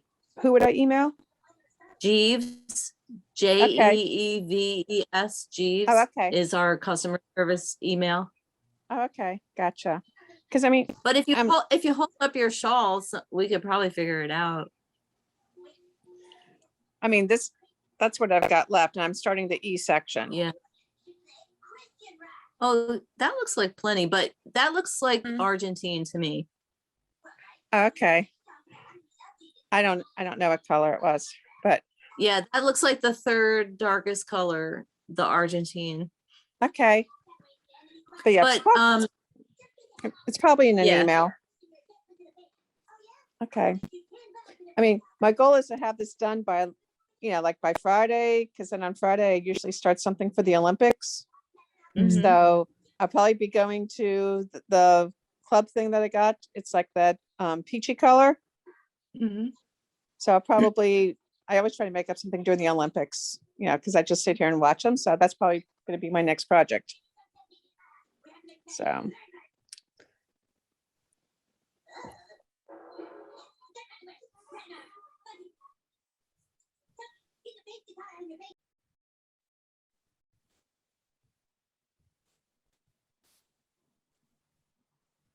So this is the last meeting for our sweater group. I mean, our shawl.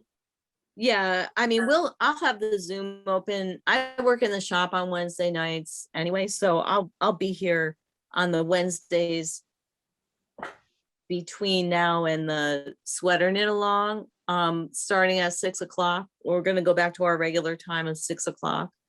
And that So, same link will work. That same link will work. yeah, we can use this link. Okay. All right. Well, I have to go. So I'll see you next Wednesday then. All right. Bye-bye. Bye. Have a good bye. evening. So do y'all, so this is my first time to come to the Zoom meetings. So do you usually have just knit along in general on Wednesday evenings?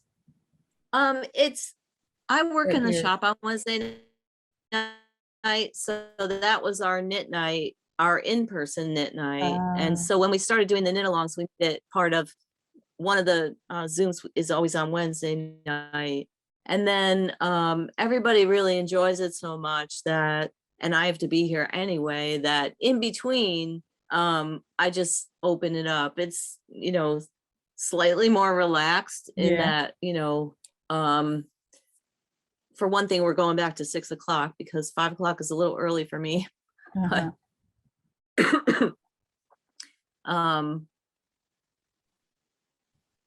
And if whoever's here is here, and if Okay. if no one's here after 20 or 30 minutes, I'll probably shut it off, so Okay. it's And pretty what day of the relaxed. Yeah, week it's is not- the sweater knit along going to be?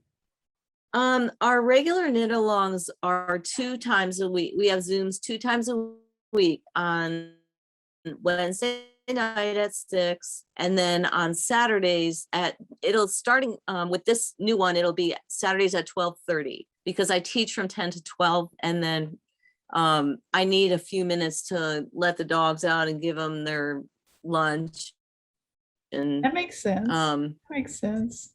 give my mother-in-law her lunch, and then yeah, so have a little break. Your friends in Europe a chance to often on Saturdays we see people who live in different time zones. Okay, cool. coming That in. sounds Yeah. good. I've taken Yeah. some classes with people from Europe and they talk about the break in between things is water in, water out. Yeah. Thanks. And by the way, I'm not, just so you know, it doesn't particularly bother me about the running out of yarn because I know y'all, it sounds like you still have more of the same yarn. So I don't want thank you to think I was Yeah. upset. It just No, curious about not it. at all. I just like to explain that, Yeah. we have seen we've done special projects with kits for quite a few times, and we see such a an almost unbelievably wide range of knitters' use of yarn. It can vary from people who use 50 yards less than the required amount to 100 yards more. Like, it's so variable. Yeah. People will always kind of be like, I knit a gauge swatch, and I believe that you knit a gauge swatch, but it doesn't always help. Yeah, well, and sometimes once you get a rhythm going and stuff like that, your gauge changes. And all the maneuvers, I mean, people do well, for one thing, just the difference between continental and English style knitters is right there. There's a big difference. Continental knitters use more yarn, period, Oh, in that my would- experience. And That would explain. especially when knitting lace and all the different maneuvers, like whether or not you do your cables with a cable needle or not can change your use of yarn. And so people just have lots of different ways of making those maneuvers. And so with every different knitterly, I call them knitterly variations, there's going to be a variation in your mileage. Mhm. So That's good to know about the continental knitters because that I usually knit continental.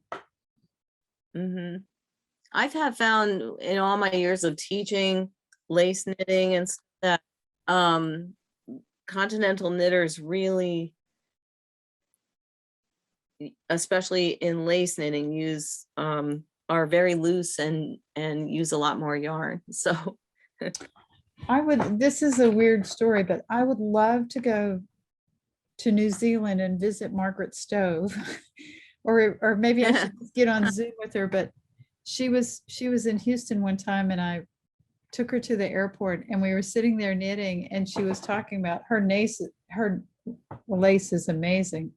And she was talking about the way she does continental knitting, but the way she holds her yarn and maneuvers it, her knits and her purls take the same amount of yarn. They're even on both sides. And she showed me how to do it and I tried to do it and I didn't get it. And now I want to try it again, but I can't remember how it was that she was holding it, but it was. You should see if she has a YouTube. She might have. That's what I was demonstration. thinking. I've looked, I haven't seen one. Her granddaughter, I think, has a knit shop. So one of these days I'm thinking I might check with her and see. Anyway, I don't know if you've ever met her. Margaret is just the most amazing knitter in person. I've never had the good fortune to meet her, but I love her book and I enjoy all the knitting Illuminati. Yeah. She's a remarkable woman and I feel really privileged to have met her and enjoyed her company. She came to Texas a couple of times, and one time she and I drove to Louisiana and got to visit with a woman in Dusson, Louisiana, who was an Cajun woman who spun cotton a particular way. And so we stopped and visited her and got to learn about that. It was pretty cool. I wonder what her connection is with Houston. So we invited her to come do a workshop. Yeah. I had met her. I think I met her at SOAR, the spin-off autumn retreat that press she taught there because she's also a spinner. Yeah. So she came to Texas big and time. did. Yeah. I think she came twice to Texas and did workshops. And one time she brought her husband. That was cool. She had traveled all around the world and she wanted him to travel also. And he was only interested, I think he had gone to Australia. He was a ski instructor. And she wanted him to go to some of the places she'd been. And he said, okay, I'll do it. But I want to go to Chartres Cathedral. I want to go to Samarkand. And I want to see the Mormon Tabernacle Choir. And I think he also wanted to go to NASA. So they came to Houston. It was really cool. And I don't know if you know much about her story. Y'all can stop me if you're not interested, but they lived in a little bitty town in New Zealand called Arthur's Pass, which was a ski place. And her husband taught in a one-room schoolhouse, and she had, I think, 4 children. And it's very cold there. So somebody thought that she should learn how to spin. So they gave her an Ashford spinning wheel. And here she is all by herself. So she's trying to figure out how to spin, and she couldn't get it going. And her little son, David, I think was his name, came and fiddled with the knob, just, like kids will do. And all of a sudden it worked because he had adjusted the tension. And then somehow she got, I don't remember the exact thing about this, but she got somehow a merino fleece, and nobody had told her that it was hard to spin. So she figured out her own way to spin it and started spinning this super fine yarn that was perfect for the lace knitting, because she had been knitting since she was little bitty. She said her grandmother taught her, and she said, the V's are for victory and the pearls are for the crosses, because it was back, I don't remember which World War she was referring to, but it was one of those. Anyway, that's my memory of That's Margaret's fun. Day. Yeah. That's a cool story. Yeah, it's so unfortunate. When I started teaching, I would get invited to lots of places to teach, and so did a lot of other teachers, but then it got to be prohibitively expensive for shops and even guilds to bring people in. Guilds are in a little bit better position because oftentimes they have a budget for that and they specifically raise money from their members for that, and then everybody gets to benefit from it. But it's really become almost something I never do anymore because it's, it's too expensive, and especially to teaching in Europe or anything like that. And I miss it because the exposure to the other teachers and what they're doing is really valuable, and being in person with students and hearing their experiences and seeing how they think and work through the material that you're giving is so valuable. It's valuable for all my work to see people in person, Yeah. and we just don't get to do as many of those events anymore. And a lot of the events that are offered are very commercial ones and just not as human, Yeah, SOAR was really special because they would have like 3 days of workshop, a day in between, and then 3 days of seminars that were half day usually. So you'd have a lot of different teachers at the same place, plus a lot of people interested in spinning and various associated things. So you'd get that kind of interaction that you're talking about. It was really, really pretty cool. Yeah, I've been fortunate I to never got be to able go to to take a I lot never of. got to go to SOAR. They stopped having SOAR. They don't have it anymore. You know what? Long Thread Media purchased Spinoff and Handwoven and Piecework, and they're doing it again this year, but it's really small and pretty expensive. I got to go 2 or 3 times, and it was just a really amazing experience. The first time I went was the first time I'd gone somewhere without my kids, and I was like, oh my gosh, I can do whatever I want. I'm sorry, I interrupted you. No, that's okay. When I first found out about SOAR, I really wanted to apply for. They would give a couple scholarships every year, and I was just too shy to do it, and so I should have, but because as much as I admire those events, they're always beyond my budget. Like, one of the ways I get to go is to teach at them. Yeah. You can, if you I really always are wish that. when I'm there. Yeah. Like when I went to the Edinburgh Festival a couple of years ago to teach, which I just loved. And my only regret was that I didn't get to take, I would have loved to take a certain class while I was there, and it didn't work in my schedule, but What do you mind saying? What class? It's really, That's what I was thinking too. It was the Jen Steingass was teaching designing top-down yoke sweaters, and I wanted to take her class just to see if she was teaching like geometry, like how she was how she calculates her shapes, because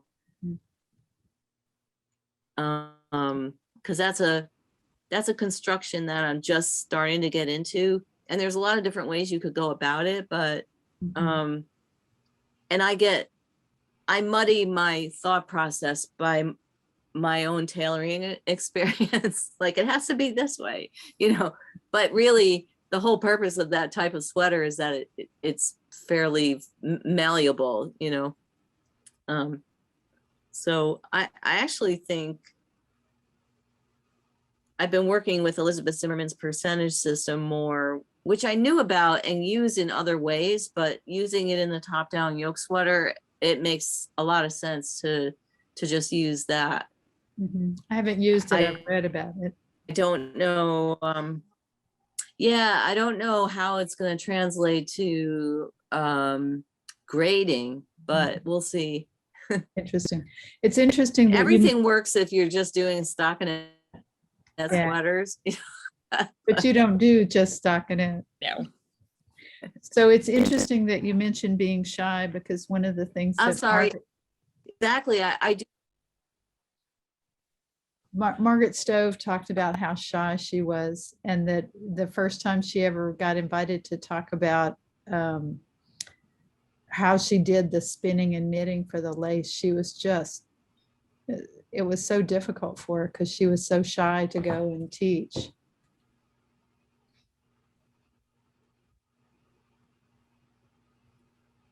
Yeah, teaching I don't mind because I have something to do, and I'm caught my skills, and I get asked often to do a like a lecture or a keynote, and I just just I'm just a mess beforehand. Yeah. I just get so nervous. Like I have to give one in February, and I'm already like obsessing about it. It's, it's 6 months, it's more than 6 months away. Wow. But Who are you doing but you that know, for? when you give it at Madrona, so you know, it's kind of a top shelf audience and everything. So I know I'm talking to you, but this is very organic. You know, it's not the same as a keynote has to have a theme, and you know, I know people have said to me, just do what you do in the Zooms. It's like no one wants to hear that rambling in a keynote address. No, it's not. It has to have a theme and a point and a you know, a progression, and so. Well, I thought your online classes were amazing. Really, Yeah. really. You're Thank very- you. But again, like teaching, I am really confident in teaching. I mean, I went to college to be a teacher, and you know, I know I'm a pretty good teacher, so I'm pretty confident about it. And with those online classes, there was so much preparation. They have somebody, when I did them for Craftsy, they had somebody working with me for several months in advance, you know, working on the curriculum and the lessons, and getting right down to like, this is going to take this many minutes and that's going to take that many minutes. And Wow. how They're can well you, done. yeah, how can you bring this to life for you know, people, and how can you show it, like what's a good graphic way to do it. Mhm. And you know, a lot of that is me teaching them, you know, me teaching my producer how it's going to happen. And saying, you know, it's not going to work that way, or You think you'll ever do any more of that kind of thing? you know, I really liked it. I haven't talked to them in a while though. It's been a while since they haven't approached me about doing anything else. And they kind of got to the point where they were like, oh, pitch us anything you want. And that's hard for me to organize. It's new owners too, right? I mean, it became Mhm. Blueprint, and then a different company purchased Craftsy. Yeah, So it's different now. it is different owners. Well, NBC Universal bought them, right? Oh, I don't know Yeah. who it was. NBC Universal bought them, and that's when it became Blueprint and everything. And then somebody else bought them. Mhm. And all that just makes me very confused. Yeah. Yeah. I work better if someone calls me up and says, hey, do you want to teach something? I had a fun experience years ago. I'm a felt maker also. And HGTV had, I can't even remember the name of the program now. I think it's called That's Clever. And they were in Houston, and they were shooting some videos of different craftspeople. Idiom stuff. And the at the last minute, they asked me if I would do one. So they came, I cleaned up my studio really fast, and they came in and videotaped me making something. And my kids and I, my daughter and some friends and I were watching, and I hadn't seen it beforehand. They just came in and filmed it. And we watched the first person or two on it, and they were really goofy. And my daughter looked at me and she said, "Are you going to be that goofy on this?" And I said, "I have no idea how they would make me look," but apparently it was okay. It's probably a little dated now, but felting is felting. So. Well, I mean, nothing do something compares to yourself? nothing compares to those old PBS shows with Elizabeth Zimmerman doing the knitting workshop. Yeah, I never saw those. No. I had a friend and she was like, "Oh yeah, that show." She's like, "I don't knit, but my son, her 3-year-old son was addicted to that." She's like, "He has to drop everything on Saturday morning to watch that." And he doesn't, just, it's so soothing. Like to him, it was like being told the story, I guess,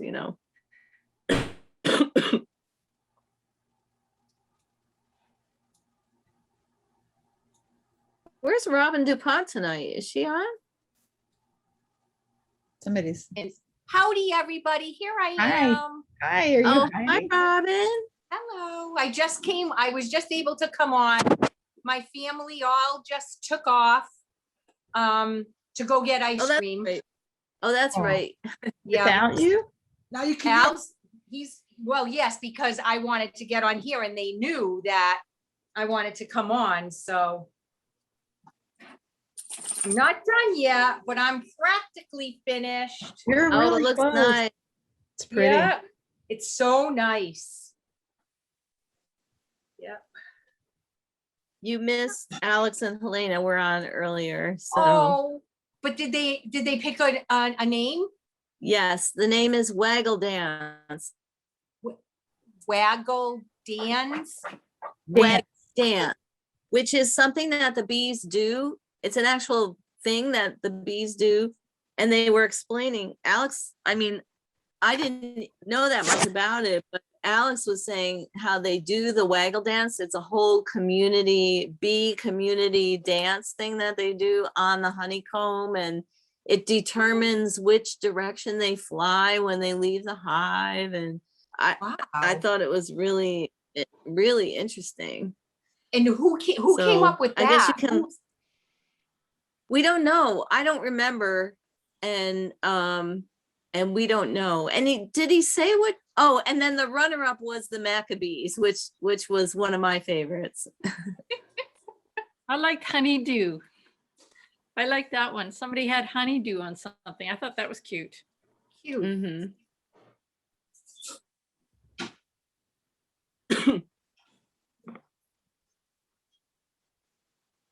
Is that a new sweater hanging up behind you, Anne? In the corner, up, yes, over that shoulder. Up there? No, to your other side. That one?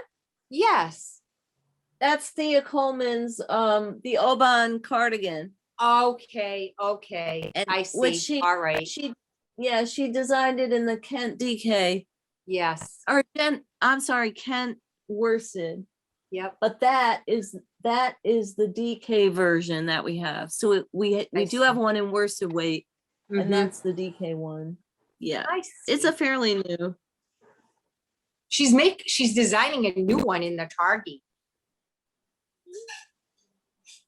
Yeah, I didn't see it yet, but I'm sorry, I have to look at this. Some kind of, oh my God. What did you do? Kaya was at a photo shoot all evening. Remember those little vine flower dress knit in the Yes. in the modern deco sport? Yep.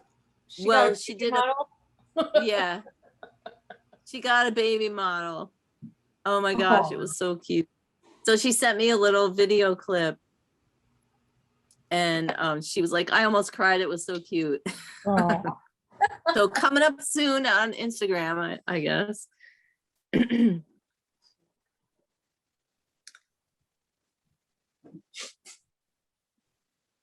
Anyway, oh, so did Thea show this on Instagram or where? Yeah, Her she new- just posted a little tease at some point with the Oh, okay. cables and I was like, and she had the bundle of Targi next to, and I said, oh boy. I know we sent her samples to test it with, and she was just like, oh my God, this is so me. And then we sent her a sweater quantity, so I'm glad that's happening. Yep.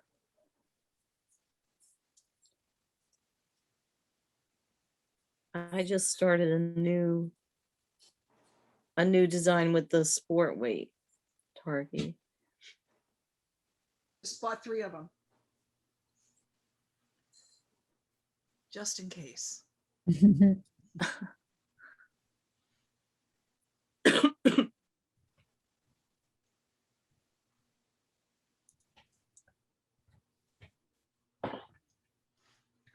Well, this has been a real pleasure. I'm gonna head out now, but thank you so much. Thanks for all the information. Thanks for Yeah. Are you indulging my gonna storytelling. are you gonna do the sweater knit along? Yeah, I probably will. Oh, Yeah. awesome. Good. I Yay, think I'll good. use that. I got some of the hemp shawl. Is that what it's called?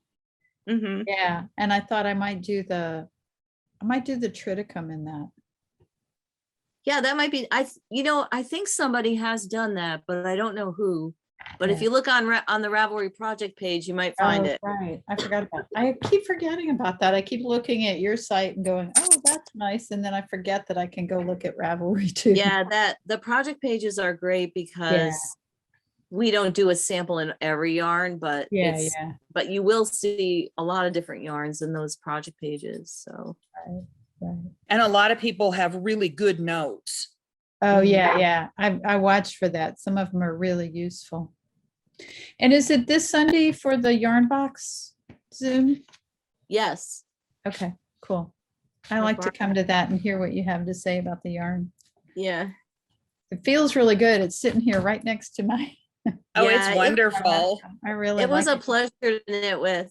I'm really happy with the yarn. It washed up really nicely and it didn't like lose all its body in the wash, and Oh, I good. really Good. liked it. Carla, speak when you show that. Say something. Okay. Is it more orange or sorry, is it more peach? or Here's, is it pink? this is it in the So it's sock very peachy. pattern. And mine is very peachy, and it's got just some super subtle variation. But it's just the most beautiful, lovely shade of peach. It really is. It's really pretty. I had bought peaches at the farmer's market the day that it got here, and it looked like the peaches. And it's so wonderful to work with. Anyway, thanks so much, y'all. I'll see you next time. All right. See you next time, Giga. Bye-bye. That lace edging on the sock looks like the lace edging on Violet. Could I be right about that? The whole sock is derived from the violet pattern. Oh, it is? Because there's Yeah. Yeah, I love it. Elizabeth, how are you feeling? Right now, I am exceptionally tired because I worked out in the yard too long in the heat. No, I meant your back. Sorry. My back is slowly getting better. Yay. I've learned to take my pain pills at night so that I don't get groggy or anything. And then a friend brought me some CBD gummies, and I have taken those at night too. And it's really funny. The first night that I slept through the night, I took one of those CBD gummies and slept like a charm. It was so great. It was great. Yeah. So, Well, I'm glad you're doing better because I don't like the idea of you going into the fall and not being able to knit. Are you knitting, Heather? Hi, Heather. I did not knit for like 2.5 weeks, I think. I'm gonna run outside with the dogs. I'll be right back. Okay. And I'm gonna take off. It was really nice listening to all you guys. Bye, Linda. I have to run too. Bye. Bye-bye. Bye-bye. Bye, Carla. Bye-bye. Bye. Riley, do you have to go out? We're gonna come back. We're not going home. Let me see. Come on, I'll take your diaper off.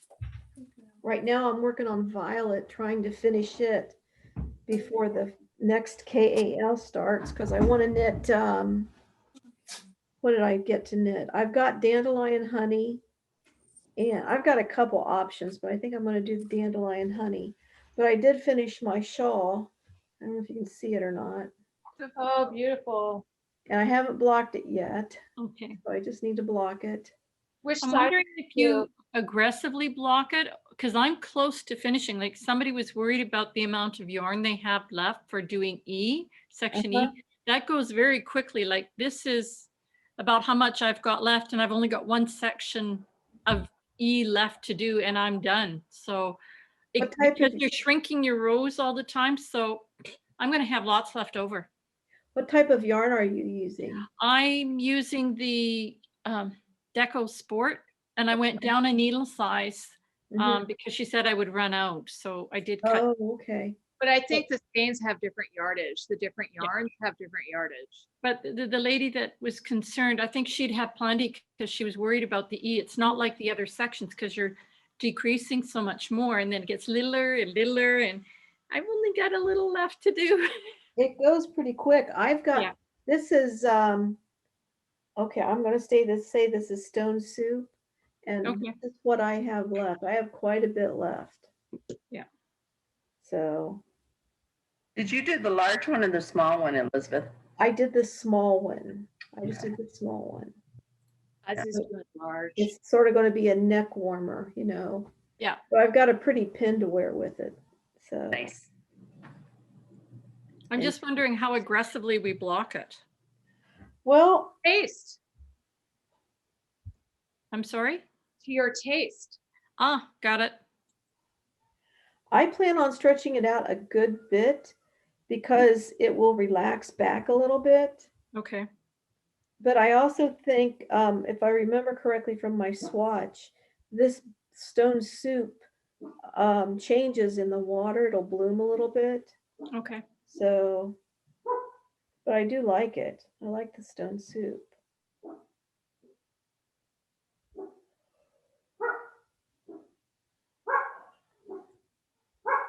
But I like this pattern because it was so gradual. You know, you start with a spot of a twisted stitch here, a twisted stitch there, and then you slowly get to where it's very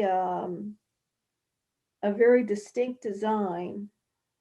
I could see a sweater out of that, the full design. I could also see like a baby's blanket because I was envisioning a baby's blanket going, you know, starting small. Yeah, that would and be nice. gradually blooming and then coming back in again. So you have that edge border. I just don't have the math skills or the design skills. I love how abstract it is at the beginning. That was a godsend.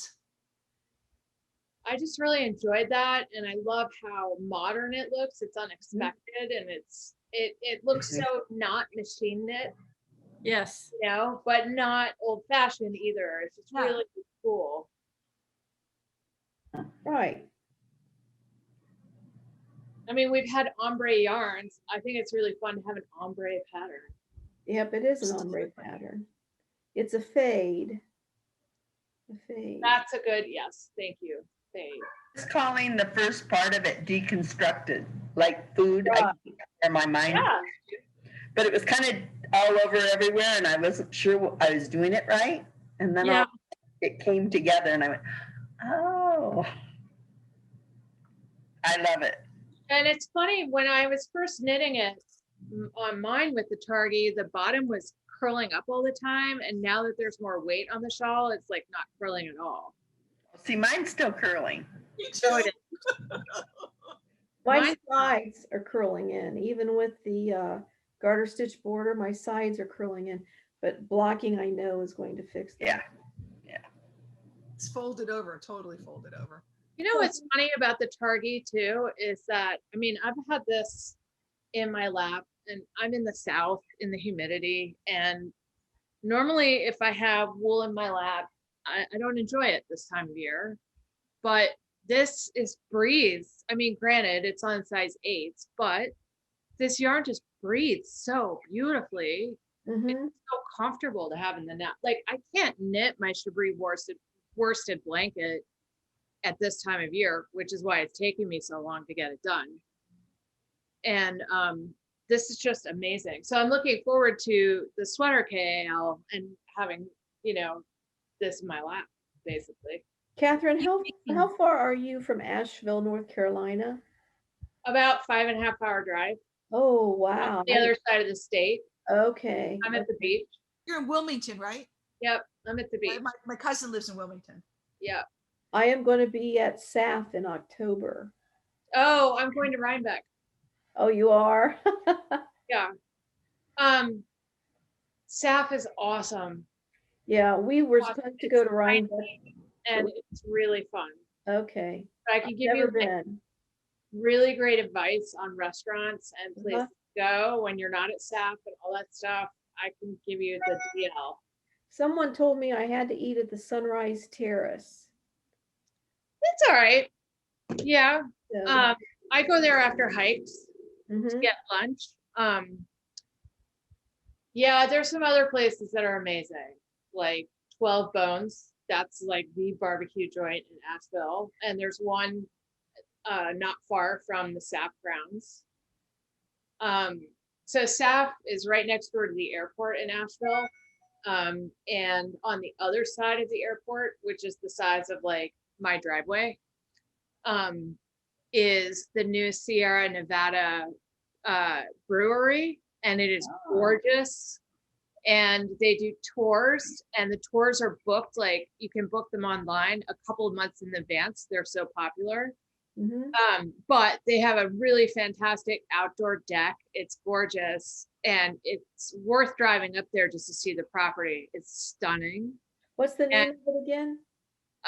Sierra Nevada, you know that beer, Sierra Nevada? Right, right. They opened a brewery like literally a half a mile or a mile from the fairgrounds. And also not far from the fairgrounds is the Arboretum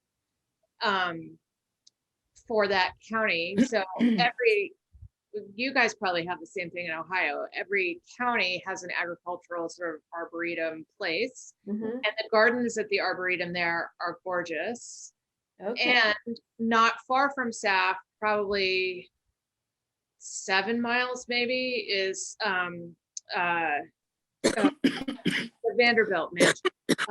The Biltmore. Yeah.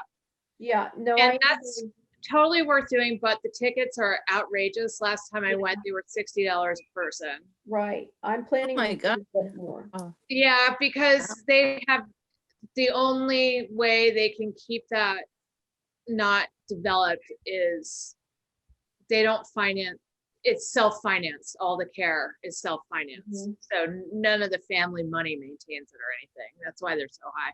But my tip for that is it gets really crowded with bus traffic and things like that, but they offer, and they used to be free or like something nominal, $15, architectural, like docent-led tours and of the house. And you totally want to do that because they get you in all the rooms that are like closed off to the general public because you're being escorted. And they go like back ways to go see rooms where it's not crowded. So it's like the best way to see the house. And usually nobody signs up for a tour because they've already spent $60 for everybody per person to get in. Right. But nobody wants to spend the extra $10, or they don't know about the docent tours. And that is the secret to seeing that house, which is so worth seeing. I will do that. And if you have a whole day to spend there, I recommend it because it's a huge property. You can go for hikes and all that, but bring like a picnic lunch because they charge like $5 for a bottle of water. Right. It's ridiculous. So like bring the car loaded up with lunch and drinks and a cooler and you'll be thrilled. Yeah. Well, I'll be by myself because I'm staying an extra couple of days after Sunday. Everybody I else, go up there by myself all the time. yeah. So I'm really looking forward to it. I've been trying to get Ann to meet me there once, Uh-huh. just to meet me and go. But now she's in Rhinebeck, so she can't go. Yeah. Yeah. What's So- the weekend after Rhinebeck? It used to be, but I think it's the same weekend as Rhinebeck this year, isn't it? No, No. it's afterward, but it's like right afterward. Yeah, You'd it's have, always we'd the have to, weekend after. Yeah, because Miss Yeah, Bath we- goes straight from Rhinebeck to Sap. Yeah. yeah. And that's what we would have to do. It'd be interesting because we almost can't do it without coming back to Ohio to restock. Mm-hmm. Because every year at Rhinebeck, we run out of stuff, and it would be likely we'd need the same stuff for staff, you know. Well, I think what Miss So- Bath does, because I did talk to her about it once, what she does is she it's on the way home for her anyway, since she's in Tennessee. And she has like another trailer that another staff member like drives over and they meet her there. Exactly. I mean, we'd have to figure it out to, the thing to You keep cutting do out. wouldn't be to drive the truck to SAF and half empty and not with everything we need. you know. Right. Yep. So anyway. But you're gonna love it, Elizabeth, because I remember lining up for it opening on Saturday. And I got there and I was like, oh, where is everybody? And I counted, we were like 35 people waiting to get in. It's so much smaller than Rhinebeck, but it's a lot of the same vendors. So it's really nice. I'm looking forward to it. Hush, Sophie. What's it barking at? You hear Riley. She runs after Cardigan. She's like, I don't even know what they're barking at. Mail Some kids delivery- rode by on bicycles. Mail delivery. What? Mail delivery. No, I mean, it's too late for that. It's 7, it's almost 8 o'clock. I mean, some kids rode by on bicycles, but I couldn't even hear them. And she's barking more like, someone drove up in a car. It's possible customers here. I forget that this is a store. Closed?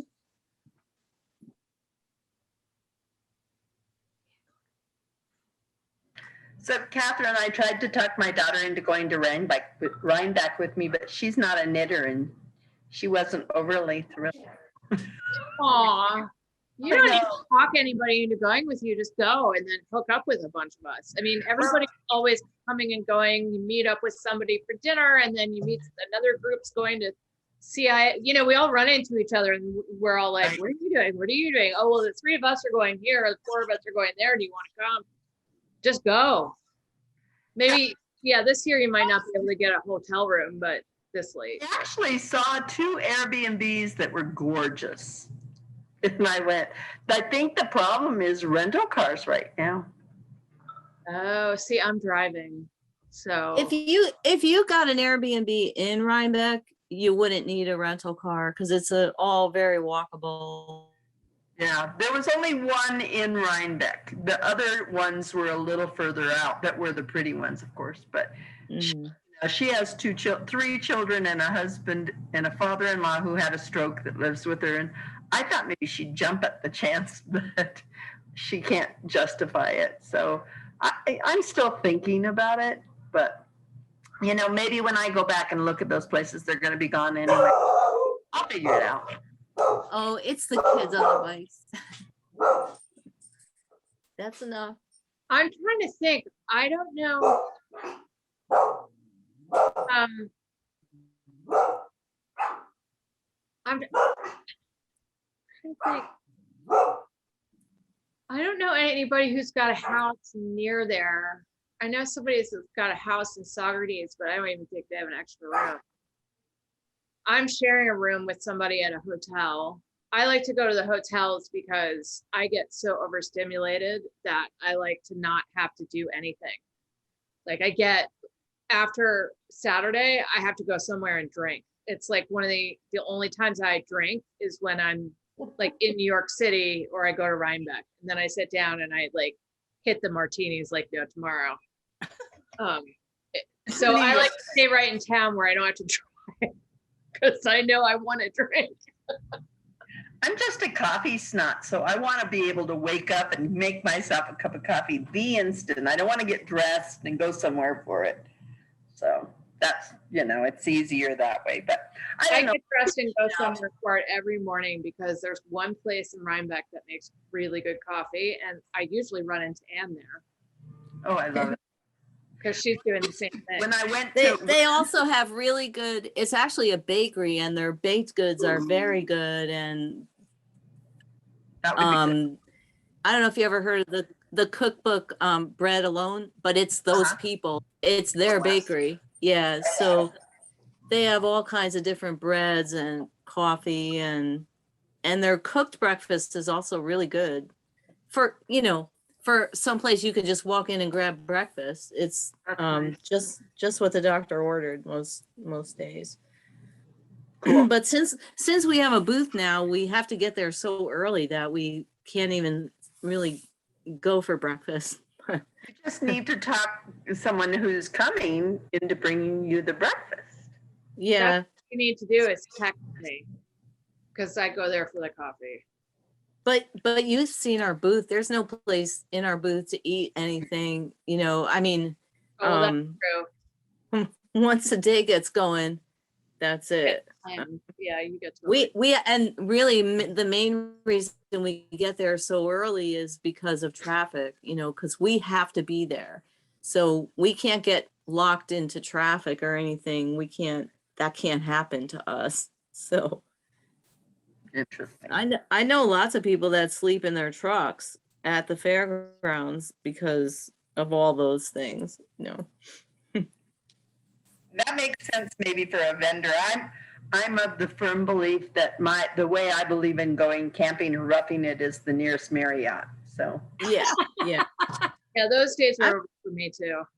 I'm totally with you. You have to, well, and even, I mean, if you're going to be vending all day, like Saturday is a really long day. I don't want to sleep in a truck. And then Sunday is only slightly shorter, but you have to take down your booth at the end of the day. So again, I don't want to sleep in the truck. By that point, you've done it right, and all of your stuff is gone, and all you have to do is put tables away, right? If you wait a year, Debbie, you might be able to get Robin's husband, Al, to hold your bags, because he said when they thought they were going, that he was going to hang out and he would hold all of our bags. Remember during the Rhinebeck? I remember hearing that. I remember hearing that the first knit along you guys were talking. Yeah, that's what I'm talking about. But now poor Robin can't go because she's got a daughter. I mean, really? But had I known that they were all going to be here this week, I would be going to Rhinebeck. And Al would be available to carry all of your bags. I love it. Yeah. And he'd enable you all too. Yeah, he doesn't have to. Like, hello. Yeah. If he thinks he could coach me into buying yarn, he's got another thing coming. Oh no, he'd say, Catherine, buy more buttons. Daughter was here in town last week. My daughter was here, and so I pulled out all my yarn because I had it organized by color. I'm not sure what I was thinking when I did that, because then when you need a certain size, sock, you have to go through every color. So I pulled it all out, put it in baggies, wrote on the baggies, wrote it in my diary, and she was helping me with it. And she told me I didn't need to buy one more thing. That's not the point. And then I have a client who gave me an alpaca fleece to spin. So I'm kind of going, but I have to buy things. I hide my yarn from my daughter. Oh, I should have done that. I told my son he needed to learn how to knit because he was going to inherit a whole lot of stuff.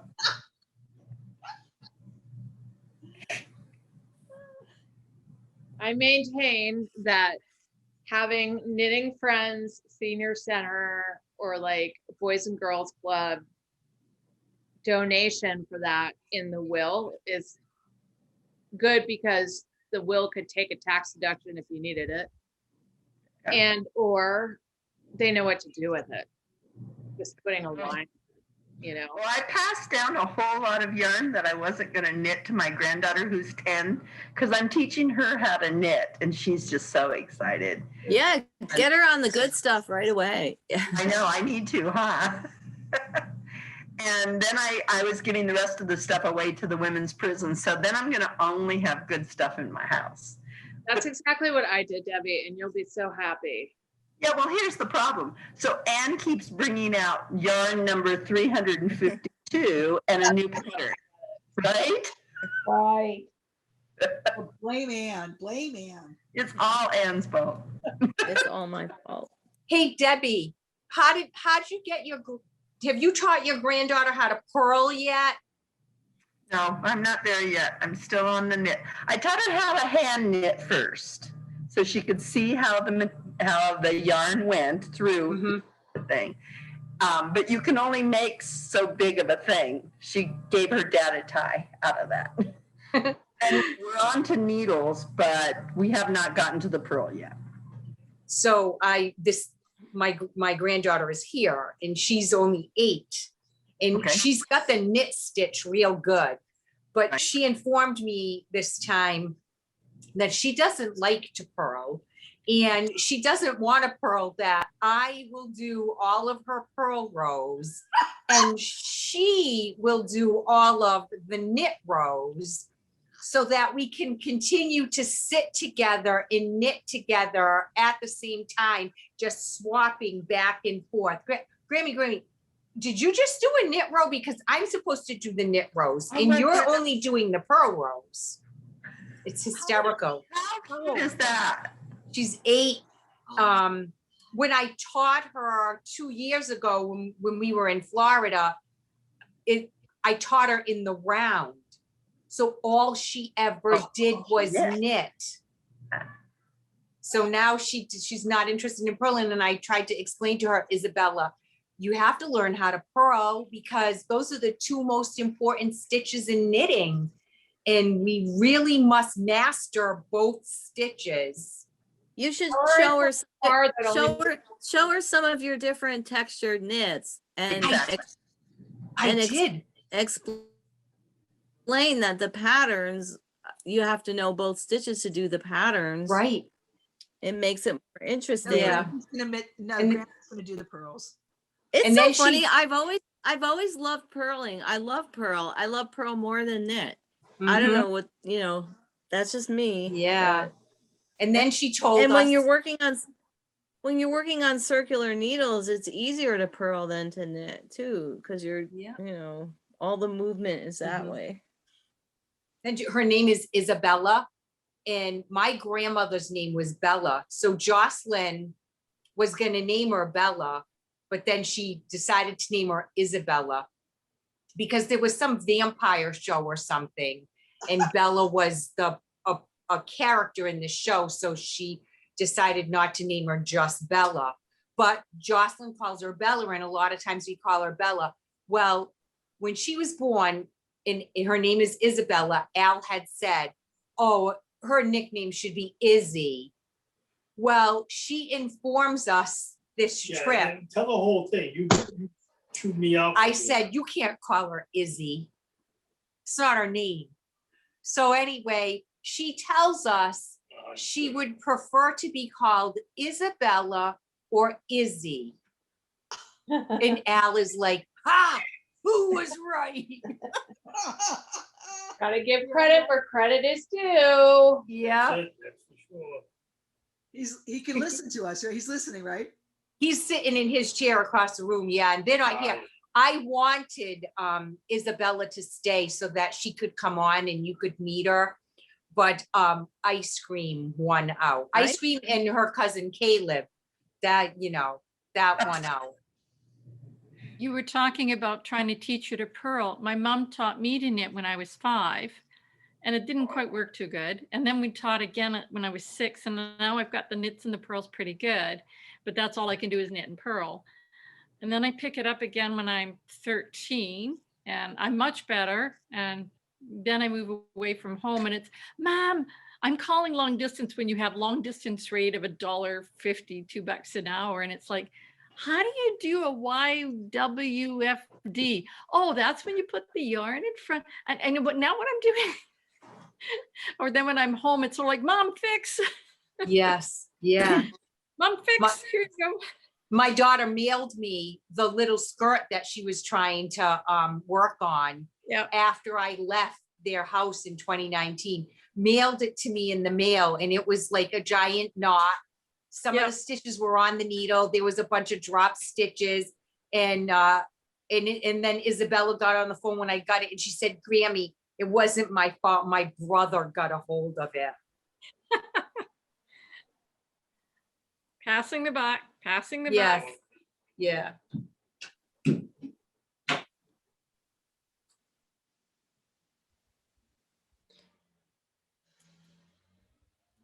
But a friend of mine was teaching her son how to knit.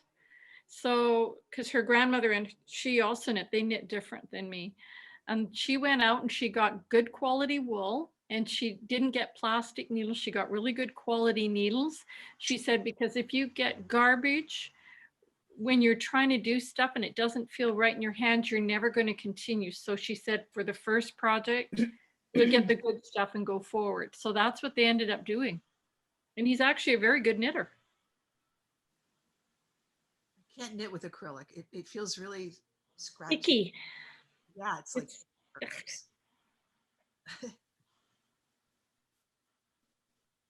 Do you remember Fentex?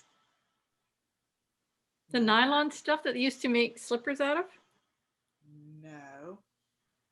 Stuff that wouldn't die? Total nylon?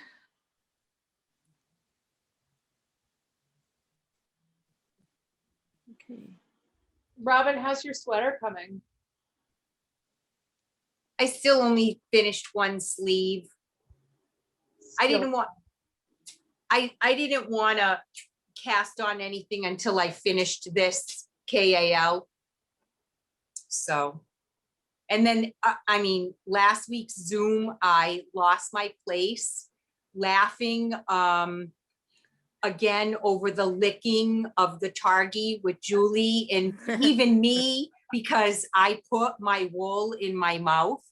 And I was giggling about that on and off so much that I lost my place, knit the wrong row, and had, it was a hot mess. My shawl was a hot mess. I had to pull out so many rows to get back to where I knew I was and redo. Then when the kids came, I was knitting on it again, and again, lost my place. Everybody was chit-chatting and being excited, and Isabella was like, you know, wanting to know what I was doing with the stitches and why I went behind instead of in front and all of those things. So I ended up losing my place again. So today I'm 100% back on track. Well, it's good she sees you make mistakes though, because it makes her have more confidence about doing it. Right. You know, Especially a pattern you need concentration for. But I didn't dare cast on anything for my nest because forget it. My robin's nest, I can't mess that up. But I did show them, I let Jocelyn try on her home office, and she is in love with it. She's like, Mom, plus I need this. Plus your son-in-law, right? Is it your son Yes, or your son-in-law? yes, my son-in-law. But is his home office just a pullover or can it be a button down too? No, it's got both. Both patterns have everything. Yeah. Yep. Because We she just said, we just didn't have a sample of the men's version. oh, all in right. the We have a woman's cardigan and a woman's pullover, and actually the man's pullover was Barb's sweater that fit him. So it's not even truly the man's sweater, but Mhm. it fit him fine. So Yeah. oh, So that's right. in- Yeah, and then I did the crew neck pullover for him, right? Did I? Oh, I knit that for David. Yeah. Yes. Yeah. So is the stone soup DK a good choice for people that live in Florida? You might want to go with the Targhee for them, only because Okay. it's a little bit lighter, and Okay. it's probably a little, because it's lighter, it'll be even more breathable for them. Okay. This last winter, I wore a worsted weight merino. I mean, probably the most I've worn ever since living here. Yeah. It was Mm-hmm. cool. And the other one is the Fin Dandy Sport. Barb used that. She made her I have pullover that. with the Fin Dandy Sport. Yeah, the 3-ply. Okay. Mm-hmm. It's too bad Jocelyn loves They the really like pumice. party because The Yep. reindeer and the pumice are really similar. Let me show you. Oh wait, that's not I don't know if you heard me earlier. I was saying how the Targhee, it's been really hot and humid here. We've had a ton of rain. It's been very tropical. Mhm. And normally I can't stand to have wool in my lap this time of year, and I'm loving the Targhee. It doesn't feel hot at all. Okay. It's fantastic. So Robin, here's the pumice. That's the pumice. Okay. This is the reindeer. Oh wow. I mean, except for the nubbiness, they're Mhm. almost an identical colors. Okay. And then the Targhee is the Argentine, would be like the closest one, and you can see it's more brown. It's not as gray. Yes. Uh-huh.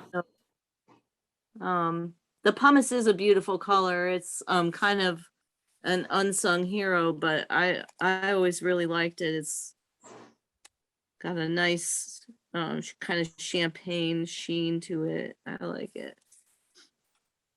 But the Yeah, that's what. But the Fin Dandy and wolf is really close. Oh wait, yeah, this is the wolf, not the reindeer. I bought the wolf. I have it, so I could show her that because I actually have that at home. Yeah, let me get the reindeer. I didn't realize I had pulled the wrong one. Oh, the reindeer. Yeah, the reindeer is browner. The reindeer is a lot lighter. Okay. I mean, Yeah, I'm it is. here with my Targhee and my owl swatches. Mm-hmm. And to me, I agree with what Anne was saying about the lightness. I mean, if she's in Florida, they're both equally soft. So if you had like a short sleeve shirt on, to me, there's no difference. But So I'll show her because I don't know if I got Argentine in the Targhee. I got Nuevo and Apolado. Well, it would be between those two. I mean, they're all the same color, just different shades of that color. Right. So the tone would be close to the pumice, but it is browner and not as gray. Mm-hmm. But the wolf is definitely a gray. Yeah, and then the stone soup will wear better, I think. You know, that might not matter so much to them. I know Barb's home office pullover. And it's not a permanent thing. It's pilled a little bit under the arms, but that first crop of pills, you brush it off, and then after that, it's not usually a big deal. And for them, it might not be an issue. Right. Or I'd have to knit or something in like the stone soup fingering. But she really, I mean, she tried on that sweater and she was like, oh my, oh mom. Well, what you could do with the fingering is you could knit wild fillies and just use the stitch pattern from home office. It's not like it's a complicated stitch pattern that you can't work into anything, Right. It's just 3 knits and a purl. You know what I mean? It's Yes. well, you did it, so you know how Right. easy. Yeah. Right. Yeah. Just go redesign wild fillies for her. Yeah, with all my hot skill, that'll be really awesome. Oh.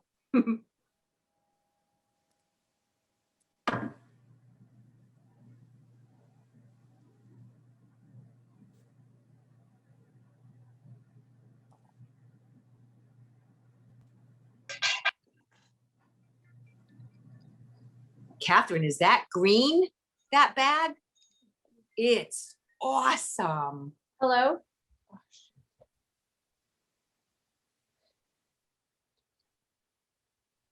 What are you talking about, Robin?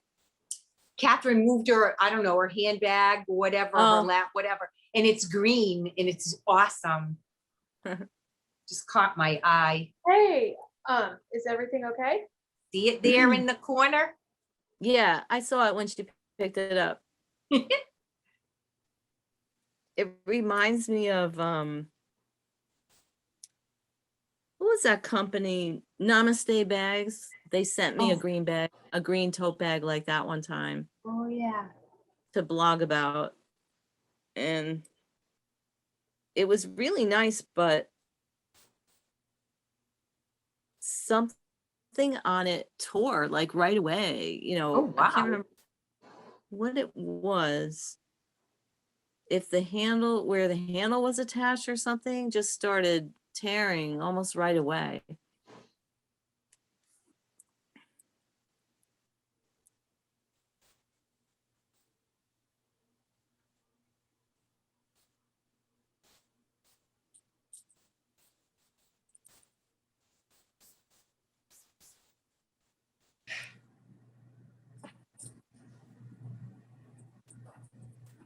You done defending the fort here? Mhm. Cardigan.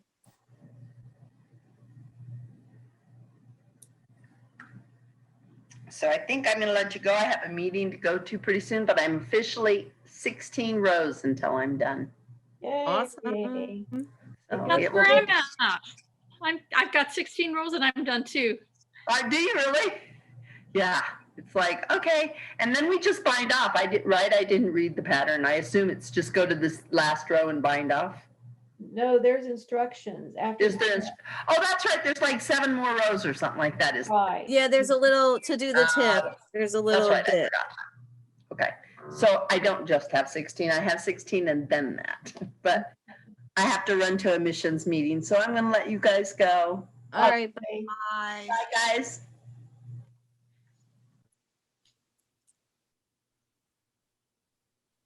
What's up, Riley? It's so cute when Riley does her stretches. She puts out her little legs and does her yoga stretches. Sorry about that, guys. Come here, Riley. You want to come up here? Guys, I'm gonna go because it's 8 o'clock and I'm starving.